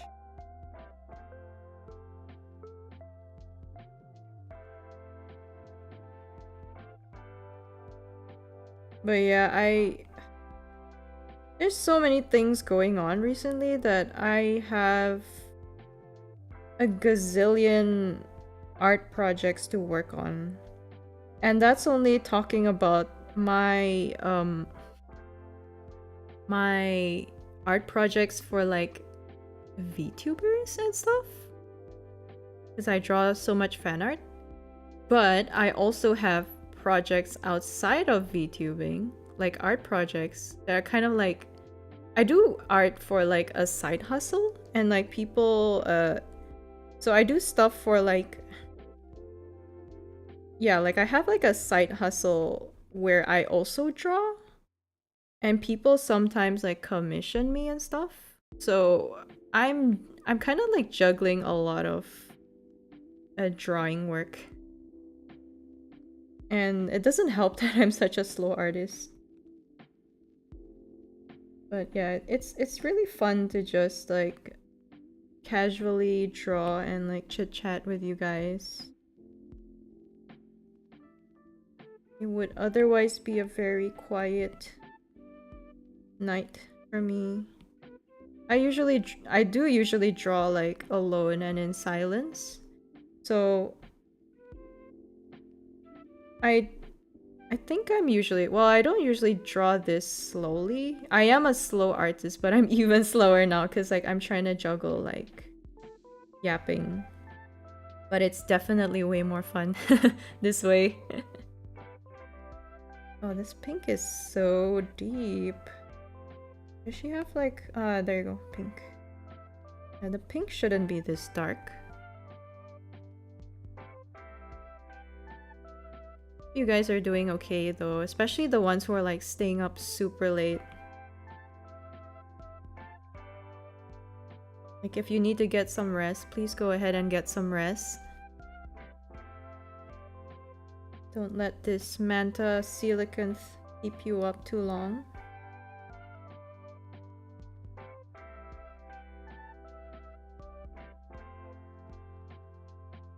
Been thinking about whether I should start streaming on Twitch. I used to stream on Twitch, and so I'm kind of familiar with how it works, but I've just been using YouTube because I know like a lot of the people that follow me they're used to watching YouTube streams. But yeah, I wonder what you guys think. Do any of you guys use Twitch at all? And I wonder if there's any benefit really to moving to Twitch. Because I do want to make like I do want to stream more frequently and like more consistently. I was just wondering what platform people would prefer.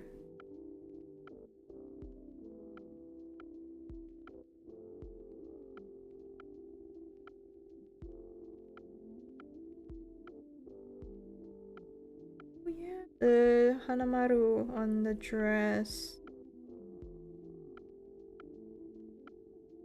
I looked up like simulcasting, but I think some services require you to pay for that, so I don't know if I want to do that just yet. I use Twitch. I kind of like it, to be honest.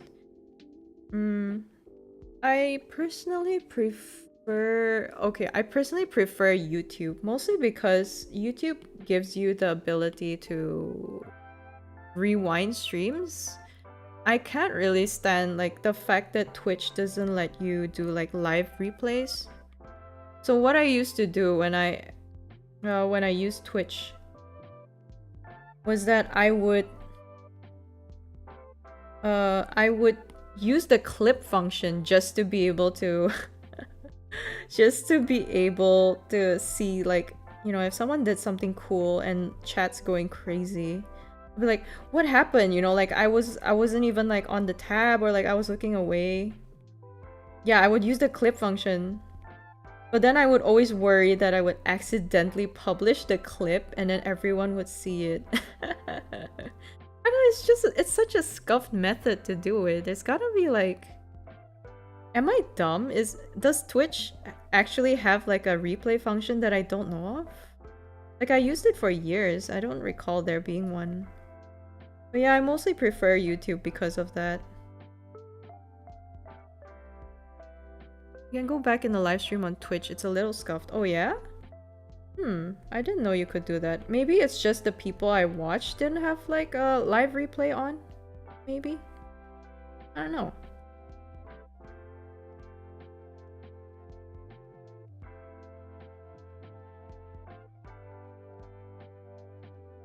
Gotta go to the videos tab. Ah.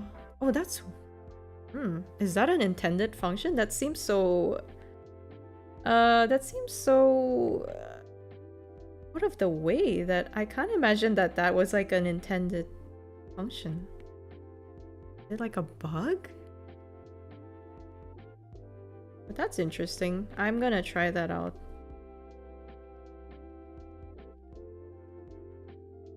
And then even worse still, when people don't save their VODs, and then I can't replay it, and you're just like, what did I miss?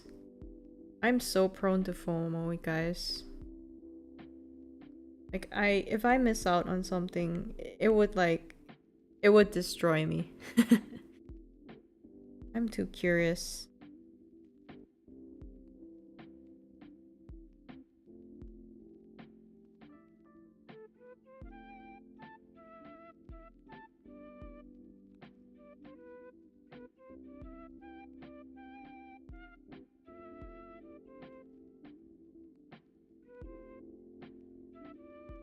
I wonder how easy it is to simulcast. I mean, there wouldn't really be a downside to simulcasting, right? Like, there wouldn't be a harm in streaming on both platforms. But then, I'm not sure why not more people do it then. Is there a reason why not, like, it's not a more common thing to cast on both Twitch and YouTube? Pretty weird. Guess the clipping thing is the easiest way to rewind. Yeah. Oh yeah, and yeah, the thing about the clip is like they'll cut you off at like a certain, like you can't rewind too far back. That's also an annoying thing.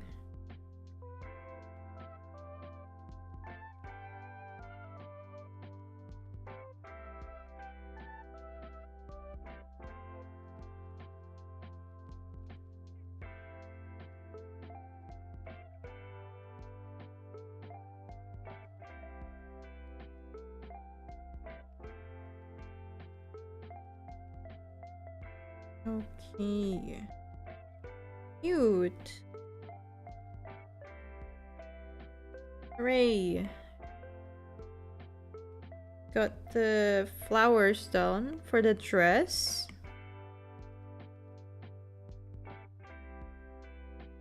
Okay. This seems fine.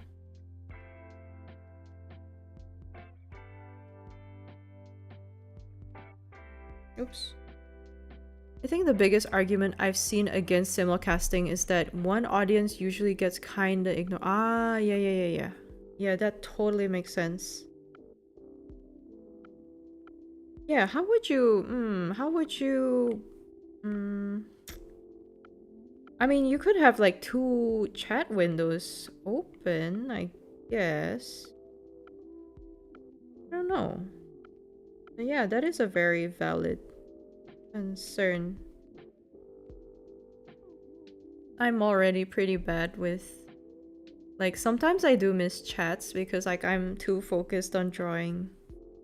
Can't imagine having to keep up with like 2.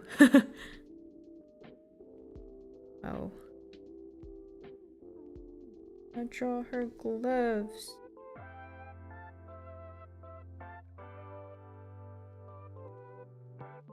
Yeah, I'm sure there's a way to show both chats on your studio.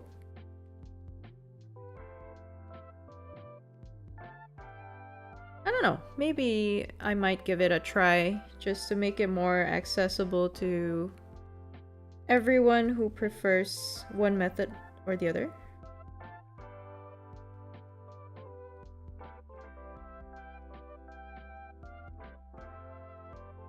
I'm pretty sure there are ways to combine chats from multiple streams together. I know that on Streamlabs, they have the ability to like combine chats from all sources. But I don't know if like the inbuilt studio on OBS itself can capture both sources. I don't know, like if you know what I mean. Yeah, I'll have to work that out. But yeah, I know that the discoverability, like the ability to discover creators on YouTube is pretty limited compared to Twitch. I suppose it's because Twitch has like a front page thing and they're always like giving you like recommended streams on the side. And you can browse by categories and games that you're playing. But doesn't YouTube do that too? Yeah, see, I'm pretty new to YouTube streaming, so I don't quite know the downsides and the plus sides of each platform. I do like the personalization function of Twitch though, like the front page of your channel. I like that you can customize it a lot. Like you have like an entire page dedicated to like describing yourself and your content. Like I think you could do a lot with that. I used to follow like a streamer that pretty much so we used to have like she used to hold like community nights, community streams like every week where like everybody would play games together and stuff. And one of the things that we used to play was like Jackbox games, like Drawful and stuff. Or like there was like a game that where everyone could like combine their drawings. Like everyone took turns to like draw a picture. And that streamer basically she put the end product of like the picture that everyone contributed in. Like she put that up on her front page and it's been there ever since, like until today. And I think that's pretty sweet. Like being able to do something like that. Like just like a community corner feature. Very cute. It'd be pretty cool to earn channel points. Any ideas what you plan to do if you create some?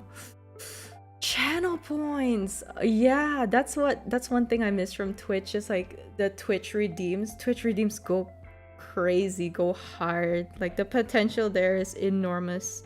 What would I do? What would I do if I had redeems? I want a redeem where you get to throw like strawberries at me.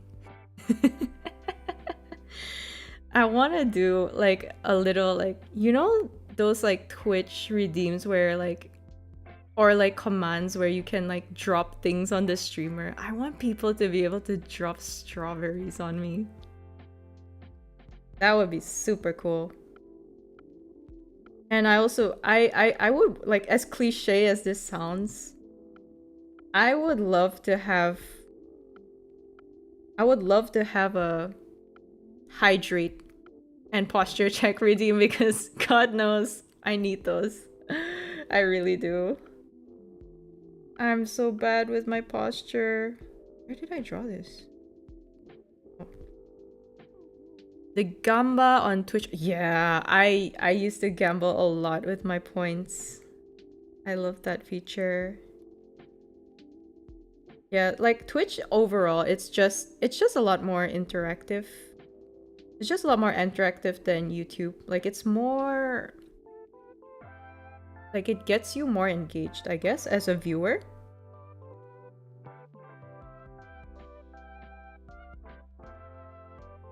Like it's definitely a platform for live streaming. Gambling is bad. That is true. But not if it's free points that you accumulate, you know, like it's free, right? Like there's no harm in gambling on that. I've seen some VTubers have toggles for their model tied to the channel points. Oh, really? I know that there's like redeems that people can activate where like, you know, like the head pat gif? Like that head pat gif comes out and like pets the model. Like I think that's so cute. I want to be able to do that.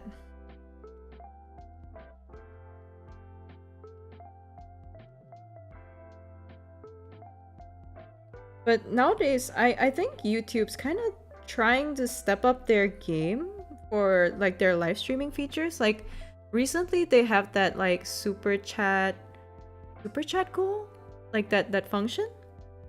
The one where like if you get like if you reach like 5 super chats and then like, well, it's basically like a donation goal, but like super chats, right?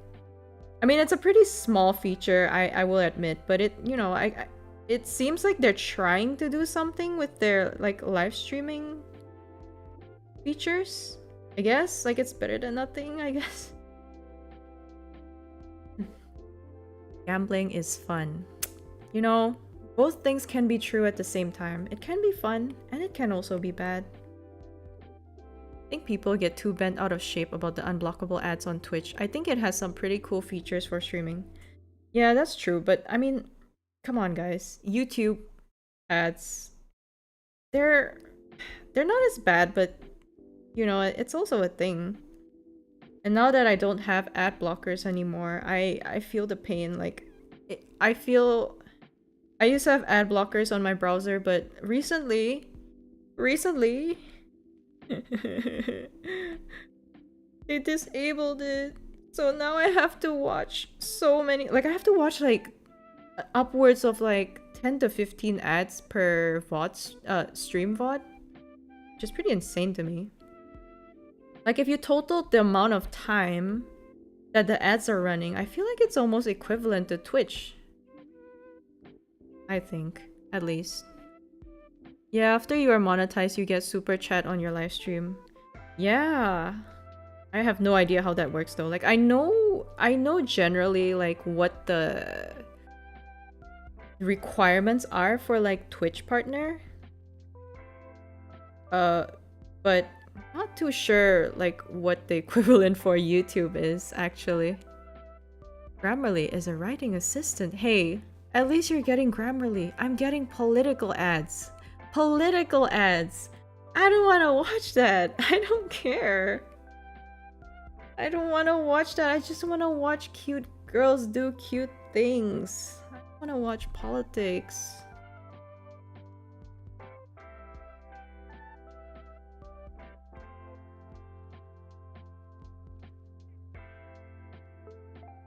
I feel like I drew her collar too low.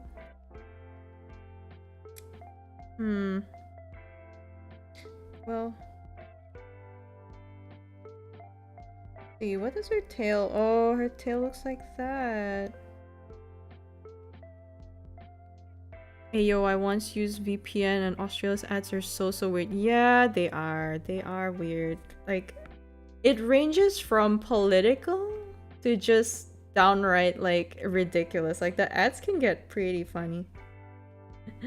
Pretty funny. Like a lot of them are pretty creative actually. I'm just not interested in the products, but sometimes the ads are entertaining, at least. I know in the States, a lot of their ads are just like medical ads. And that seems a lot more boring. in comparison. Get a bunch of ads in Spanish for some reasons. Interesting. Maybe you're watching Spanish content or something. I don't know. I wonder if they do that. I don't know. Yeah, I have gotten ads in like different languages too. I don't even know where they're coming from, especially like when they're ads in like languages I don't even like speak in or write in. Like, where do these come from? Google, what are you doing? Did you know Australia political party made a diss track? Oh my god, I've heard it. They made a diss track. They made a diss track against like another party. What is going on in the Down Underwater? I don't know what's going on. If you guys don't know what I'm talking about, you could probably just look up like Australia. What would you have to search for? Like Australia political party diss track or something. It's on SoundCloud. Like, one of the parties made like a fully produced, fully rap. Like they legitimately went out of their way to hire a rapper to rap like a diss track. Yes. Politics gets crazy around here. So you're saying you're Australian? I'm not saying I'm Australian. I just live down underwater. Were they spitting bars at least? Were they spitting bars? I mean, that's up to you to decide. I mean, kind of. Honestly, they kind of were. Like, it's pretty well produced, I would say, for what it is. But I guess the government has money, right? Or like political parties have like donation money and stuff. But the fact that they're spending it on this is just really funny to me. Serious, how do you do, fellow kids? Energy. Yeah, for real. Like, I get that. Like, they're trying to target the younger generation, but I feel like the younger generation are just... they're just gonna cringe at it. If anything, they're just gonna cringe. But I feel like... I feel like maybe that's what they're going for. I feel like, you know, maybe it's kind of like the Minecraft movie marketing where they're trying to be as cringe as possible so that people will vote for the memes, you know? Like, they're trying to win by being memey. Whether it'll work or not, that remains to be seen. Hey, Australian Great Barrier Reef is a good place for fish to live. Oh, it is. Not doing so well in the recent years, but it is definitely a very good place for fish to live. Plenty of food, plenty of colorful coral. I would know. I've seen it. No, I haven't. I haven't actually seen it. I'd love to, though. I like to imagine someone in the party was a SoundCloud rapper. Can you imagine? Can you imagine if the person rapping was actually someone in the party and not someone that they hired externally? It's like, I don't actually know this for a fact. I'm just assuming that they hired someone, but what if? What if it was an internal? Like, imagine if they had like a department specifically for like creating like social media, and like one of their interns was like was like a rapper. Oh my god, that's so funny. That would be so funny. I feel like I would vote just out of pity.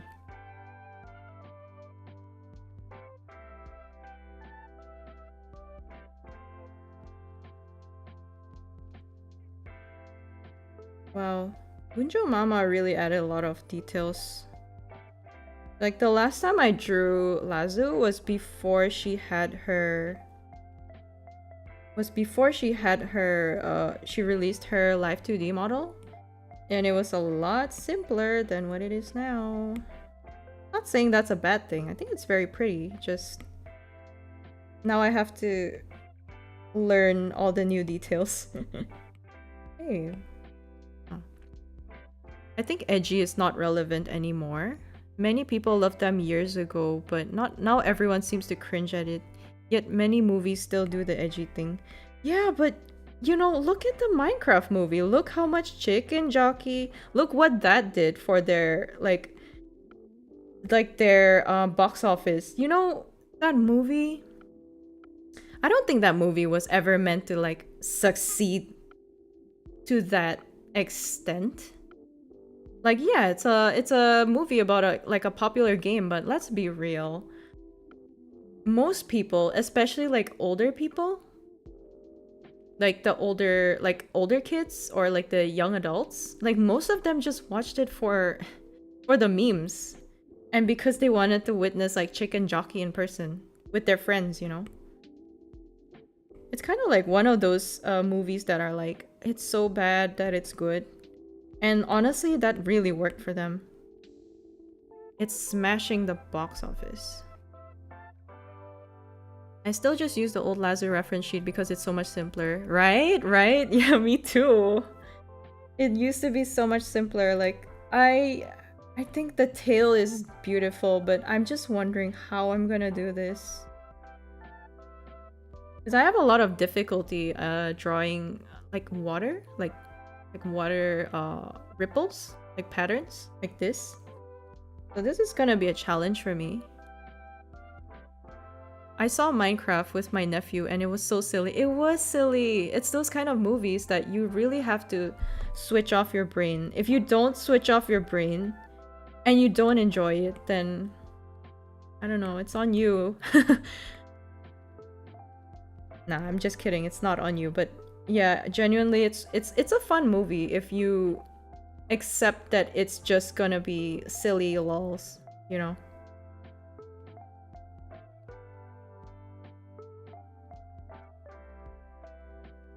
I mean, I was expecting it to be... I came in with the expectations that it was going to be silly and it was going to be bad. And I think the reason why I ended up like enjoying it was because like it delivered, you know, in terms of my expectations. Like I knew there was gonna be cringe moments. And there were. So I was prepared for that. Like for the people saying like, ah, it's so bad, like it's really like a kid's movie. It's like, yeah, it's a Minecraft movie. Like what are you expecting, you know? Yeah, exactly, but I bet you would never be able to handle a Minecraft movie just watching it alone. Yeah, you're probably right. Like you have a point. Maybe it wouldn't be as entertaining if you didn't have like someone else to say Chicken Jockey in the theater with, you know. Maybe it wouldn't be as fun if you were yelling out Flint and Steel into the void. So recently I saw, yeah, I've been seeing like the videos of like the Chicken Jockey meme and stuff. And like, I'm just glad that I went at a time before the Chicken Jockey meme was a thing. So the theater was pretty much empty, right? Because no one caught on to that hype yet. So it was pretty tame. Like, it was silent for the most part. So that was pleasant. Yeah, the Gunjo version has these water effects on it that I have no idea how to draw. The water pattern itself is hard to draw, but once you're able to draw that, you could probably just... like, let's say the water pattern's like this or something. Okay, let me draw it on a new layer. Let's say the water pattern is like... I can't draw it, so bear with me. Let's say it's something like that. I don't know what I drew, but yes, something like that. Once you've drawn that, you could probably just add it as like a shadow on a multiply blend. So if it look... oh, it doesn't show. Multiplying? Oh, because it's white. Let's change it to another color. Say you color it the same thing as the tail. Then voila, you suddenly have like a shadow. Kind of like that. Kind of like what that's doing. You could probably do that. It's just the patterns itself that's like hard to draw. That's the thing I can't figure out. Flint and steel. Flint and... Okay, I'm not gonna sing that. I'm tweaking every time. Every time you say chicken jockey. I had to. I'm sorry, I had to. The brain rot lives in me. Well, it's kind of a dead meme now, right? Like, do people still throw their popcorn in the theater? Is that still a thing? I feel like people have gotten bored of that, right? Like, I'm not seeing a lot of news or like viral videos of like... Well, I saw one recently, like the other day, but other than that, it's been pretty quiet in the Minecraft movie department, which is probably for the better, you know? Like, cinema workers can finally heave a sigh of relief. I need to do another big Luli illustration suit. Do it! Do it! I've been overdue too. Like, I've been sitting on this idea for like... I want to say...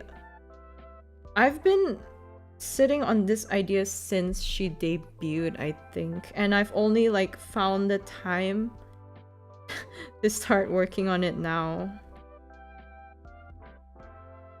Well, not really time. Like, do I ever have time? I feel like I never have time, but you know what I mean. Like, I've only gotten around to it now. There are like a ton of things that I should be working on too, but I feel like I haven't drawn Luli in a while. Doesn't seem to be doing too well here. I don't think it's one of those movies that crosses the Japan cultural barrier too well. Ah, yeah, I can imagine. I think Western memes are very different from like Japanese memes. The funny thing is, in the West, people are how do I put this? People here are ranking the chicken jockey scene in different language, like in the different language dubs. So there was like a video I watched like the other week where it's like top 20 chicken jockey language dubs, and then like number 1 was like the Japanese dub where Steve is just like chicken jockey. Oh, it's so dumb. It's so dumb, but it's so funny. Like, it's not even that funny, but it's just... I don't know, it's just so silly that you just have to laugh at it, you know? I might do tan lines, Luli, when I got the time. Oh, she would love that. She would love the tan lines. In the West, people are weirder, let's just say it like that. Well, you know, weird is subjective. I feel like both sides have their own weirdness, you know, depending on what you mean by weird, I guess. Like I know Japan, like they have their own genre of like shit posts too. So I don't know. I gotta see the JP dub. Me too. Honestly, I low-key wanna see that too. A friend went and said the place was completely empty. Yeah. Well, when did they go? Because I did go as well. And the cinema was empty for me, but I think it's because I went like in the first couple of days. But then like I know that the following, like the weeks following, you know, the theaters were exploding. And when I say exploding, I mean it quite literally. If you guys have seen like the videos of people setting off fireworks in the theater and exploding popcorn boxes as well. Yeah, so I don't know. I thought it was unpopular here, but after seeing like newer videos surface, I realized it's just because I was early and the meme wasn't alive yet. I love it when Uki Sensei asks about Western memes and I have to explain brain rot and stuff. I don't know how you would be able to explain brain rot. Every time I laugh at like a stupid brain rot, like what is the latest brain rot? Like the tralalero tralala? Like I find that so stupid. Like I'm sorry, this is a confession on my end, but I find that brain rot so hilarious. I don't know why. And then when people ask me like, what the hell even is this? Like, why are you laughing at it? How do I explain that? Because it's tralalero tralala. Like, it's just funny. Like, I don't know. I don't know why it's funny. I just laugh at it, you know? I mean, the meme culture, it impacted the movie industry. Oh, yeah, definitely. But to be fair, like, bad movies, like, silly, bad children's movies have existed for a long time. Like, movies that are meant to promote like a game or like a franchise that's meant for kids. I think traditionally they've always like leaned on the cringe side because they're trying to like connect with kids. So I think it's just the nature of the genre, you know?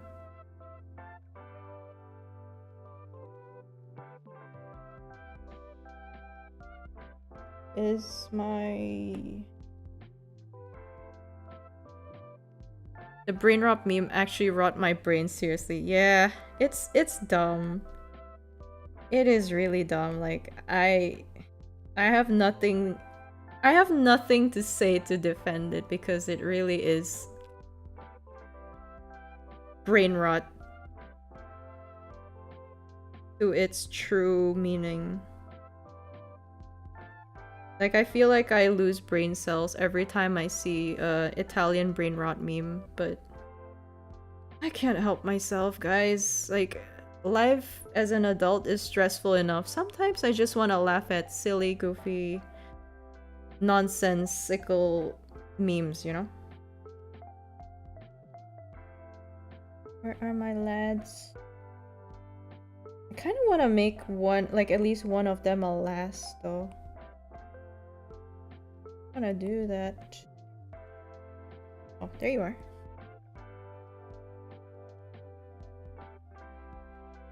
Sometimes your brain just needs to rot a bit. Yeah, exactly. Like you need to take your weekly prescribed brain rot, you know, to stay healthy, to stay mentally sane. I know I do. Like if my life was filled with just like serious media with no silliness to it, I don't think I could go through a week, you know.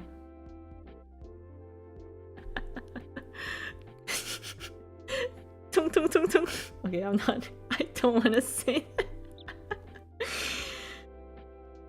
Oh my god. I don't even know why that's Italian. Have you guys heard like the full audio for the tung tung tung tung tung sahur? Like that's a... Like the audio isn't even Italian. It's like Malay or like Indonesian or something. Like sahur is an actual word in Indonesian and Malay. Yeah, I don't know why why they're using... It should be called Indonesian brain rot. Why are they stealing the Indonesian culture? What can I do here?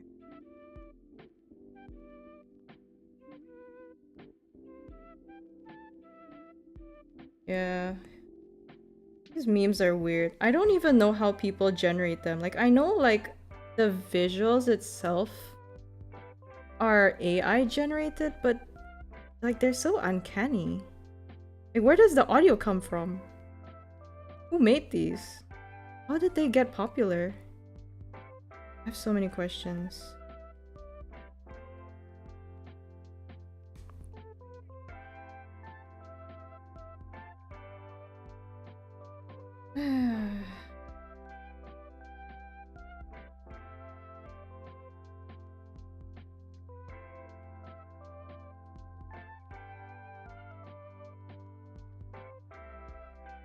Alright, I'm just gonna take a sip of my smoothie. I know I said like I was supposed to drink my protein smoothie at the same time, but I actually haven't been drinking it.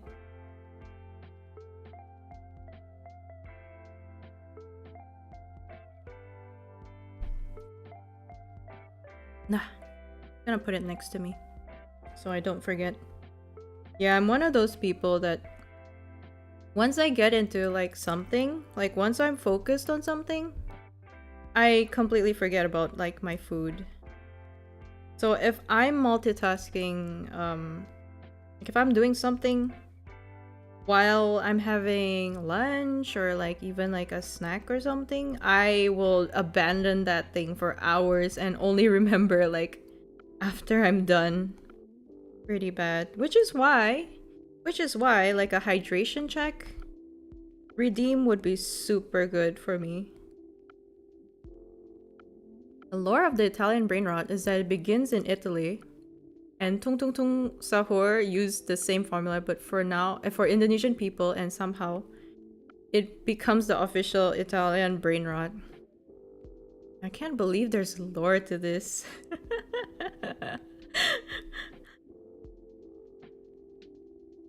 Crazy. For something as silly as the Italian brain rot, you have to realize that someone out there came up with it. Like, it's so silly that it seems like a completely AI-generated meme.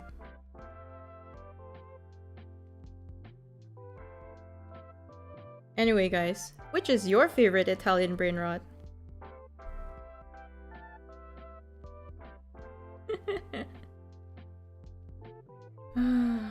I should do like a Italian brain rot tier list.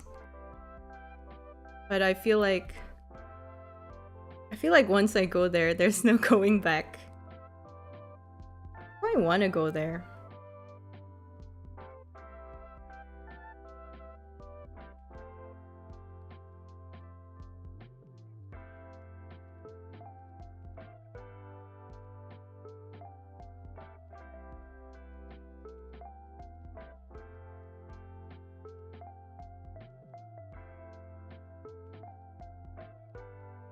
Oh my gosh, I can't believe it's been 2.5 hours.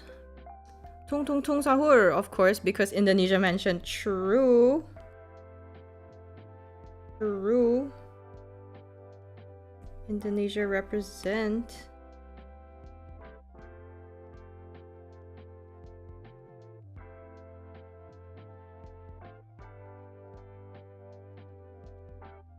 Ta-da.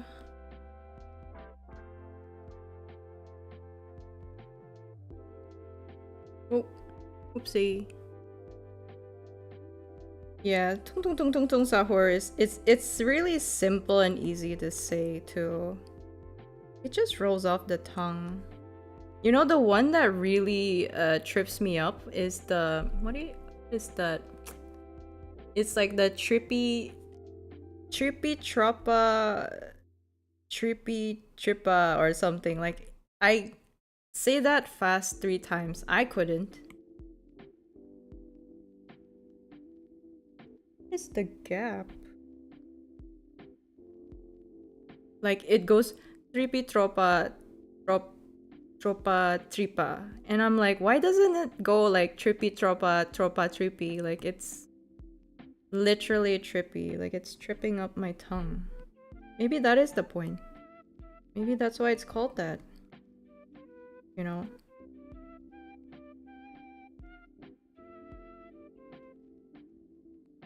Where is the gap? Oh, I see it. Also, in the tournament of the Italian brain... There's a tournament? Tong Tong is the strongest. Bombardillo Crocodilo is the second. Man has like a whole bat. He has a wooden bat. And he's winning against Bombardillo Crocodilo? How? How is that possible? Who would win?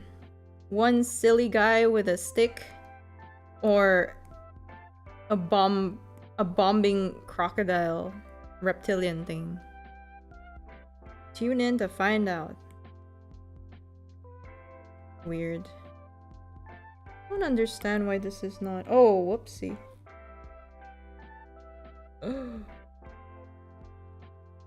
my god, no! Wrong layer again.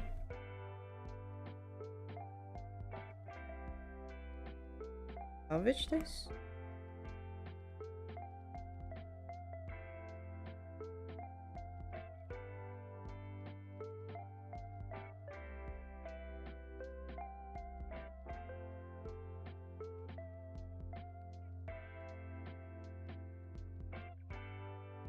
Huh? What did I do? Wait, what? What did I do? Oh my gosh. Layer panes.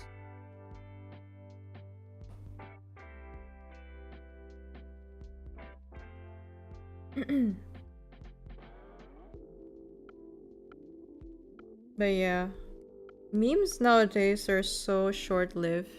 I was just talking with a friend about like we were discussing how quickly like memes nowadays are alive for, and we were just talking about how Chicken Jockey was such a huge thing for like a couple of weeks, but then you just never really heard it anymore after like 2 weeks, 3 tops. I don't think it's even been 3 weeks, has it? But yeah, now it's Italian Brainrot's turn. I wonder how long this one will last.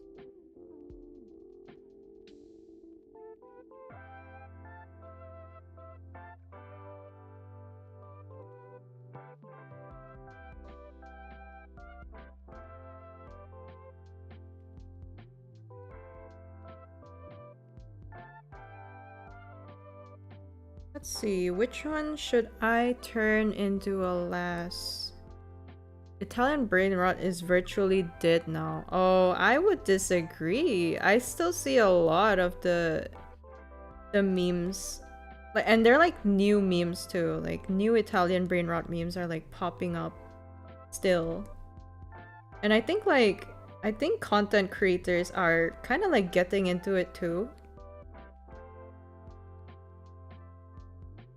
But yeah, I'd say it'll survive for maybe another week. Tops.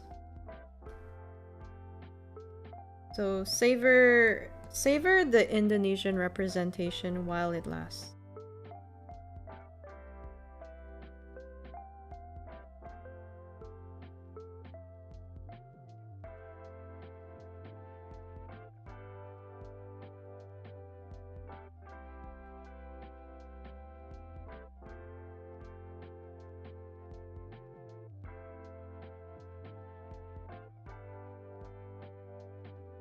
The indie home meme is Indonesian too. It lives long enough. I don't think I've ever heard of that one. What is the indie home meme? If you could give me like a short, brief description.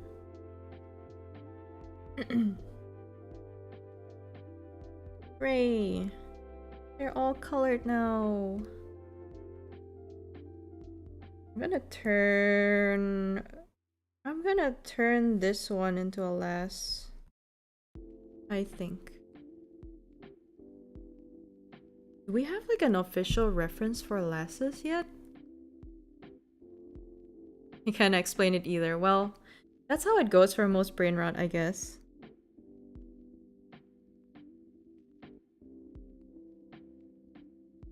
How would a lass look like? Because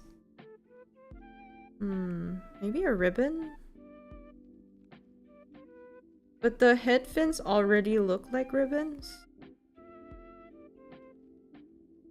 Will I render it on stream or off stream?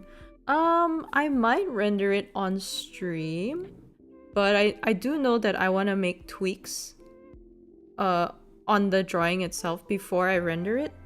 And I'll probably do that off stream, but whether I finish it on stream or not, I'm not sure yet. This is weird. This is weird. I don't know how a lass would look like. Man. Well, I guess no lass for now. Different fin shapes for the lasses. What if we make the head fin look like a... What if we make the head fin look like a ribbon? But it already looks like a ribbon. So did we conclude, are they mammals or fish? Lazu did say that lads are cold-blooded, so I would say we are seal-looking, we are mammalian-looking fish. So we are fish, but we just look like seals.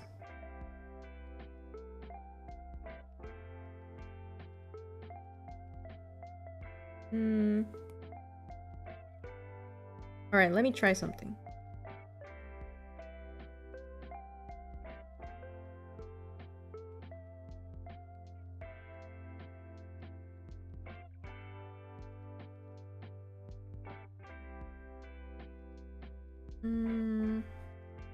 How would I make it look more ribbon-like?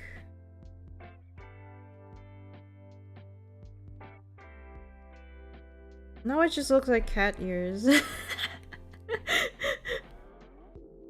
Yeah, that wouldn't work. It just looks like cat ears. Oops.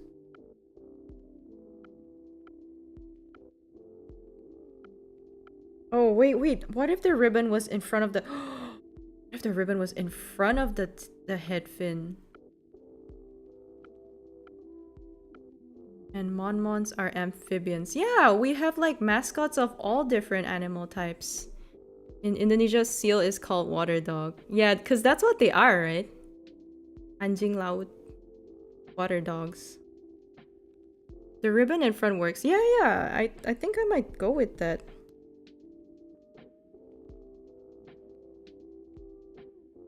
But... Let's see.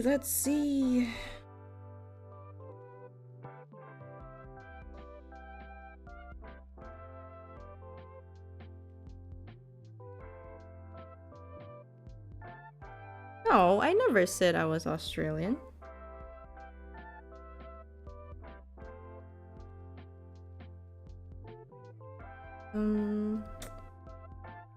Would it be maybe a smaller ribbon that doesn't entirely cover the head fins? Let me try a bigger one first. Oh, I should probably do that on a new layer.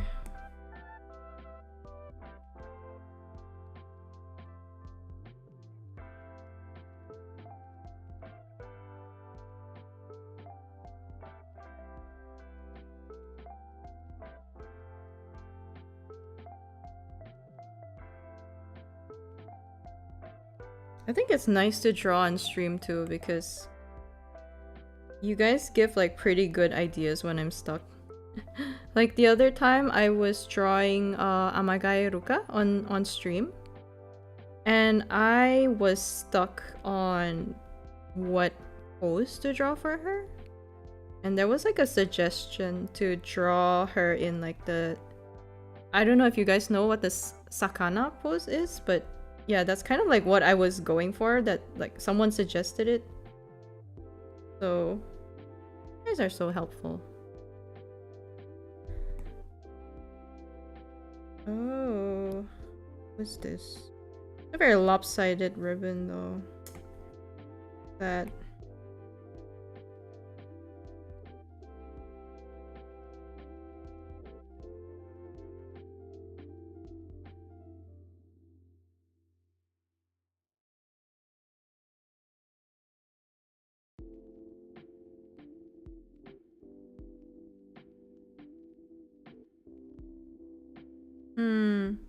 Yeah, let's try that. Let's try that.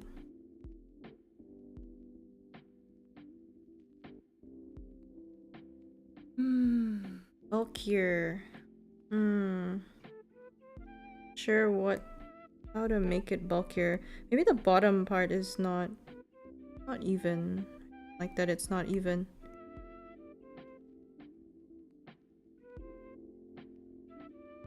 Can't be this hard to draw a ribbon.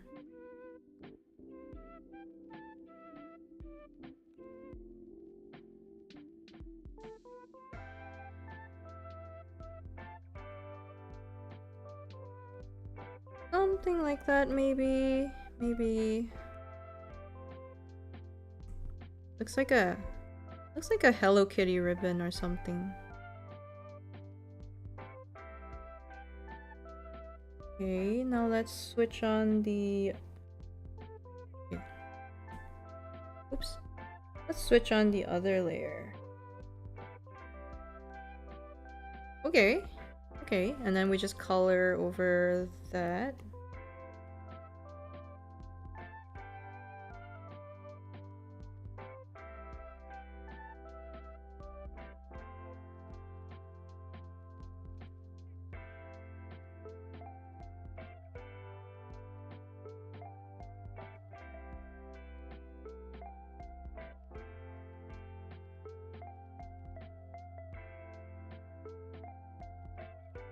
This looks so goofy. With the glasses, it looks so goofy.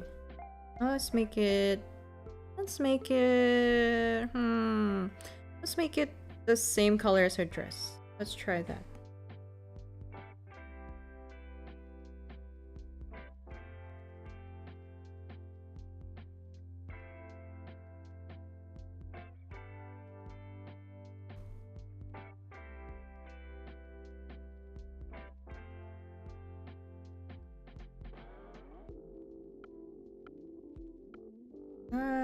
I might try either this color or I might try pink if this one doesn't look good.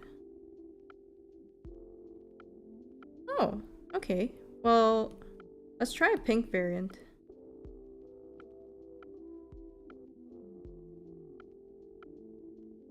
They're both cute. I don't know which one I want to go with.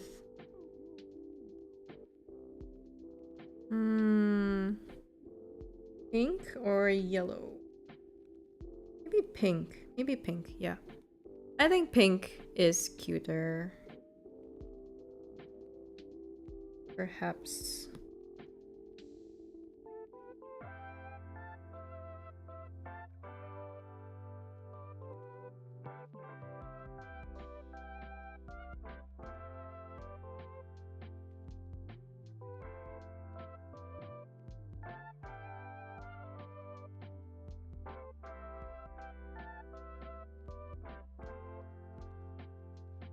Cute.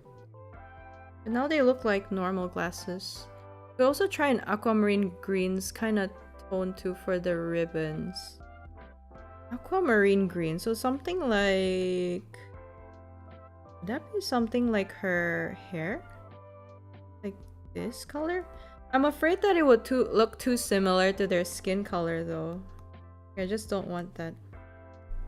That is cute too. Make it more saturated. Okay, that's too saturated.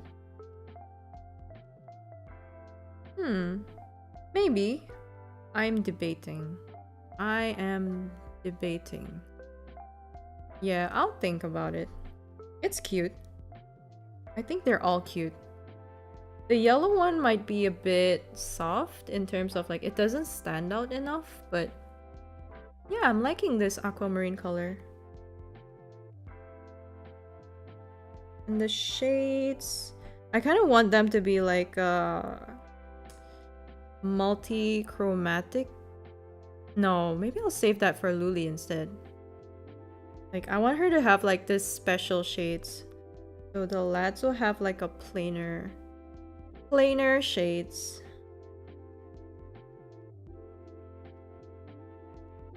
I want it to be a gradient. Maybe with this color? Like a darker? Perhaps.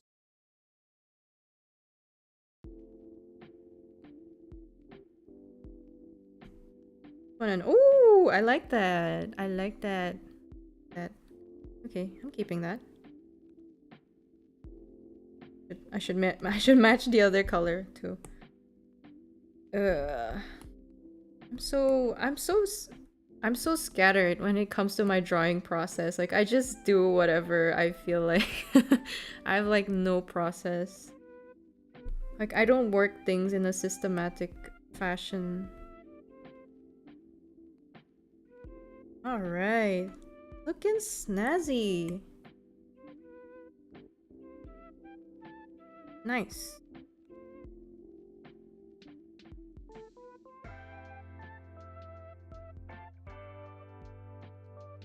Do the lads have... They have blue mouths too, yeah? The inside of their mouths are blue too? Wait, so it shouldn't be pink. What is the color of blue? Yeah, I'm gonna have to check back on that. Don't remember the mouth color. Yeah, I need a reference sheet. You know, something that I find with a lot of VTuber designs is that they don't have enough like they don't have enough references for mascots.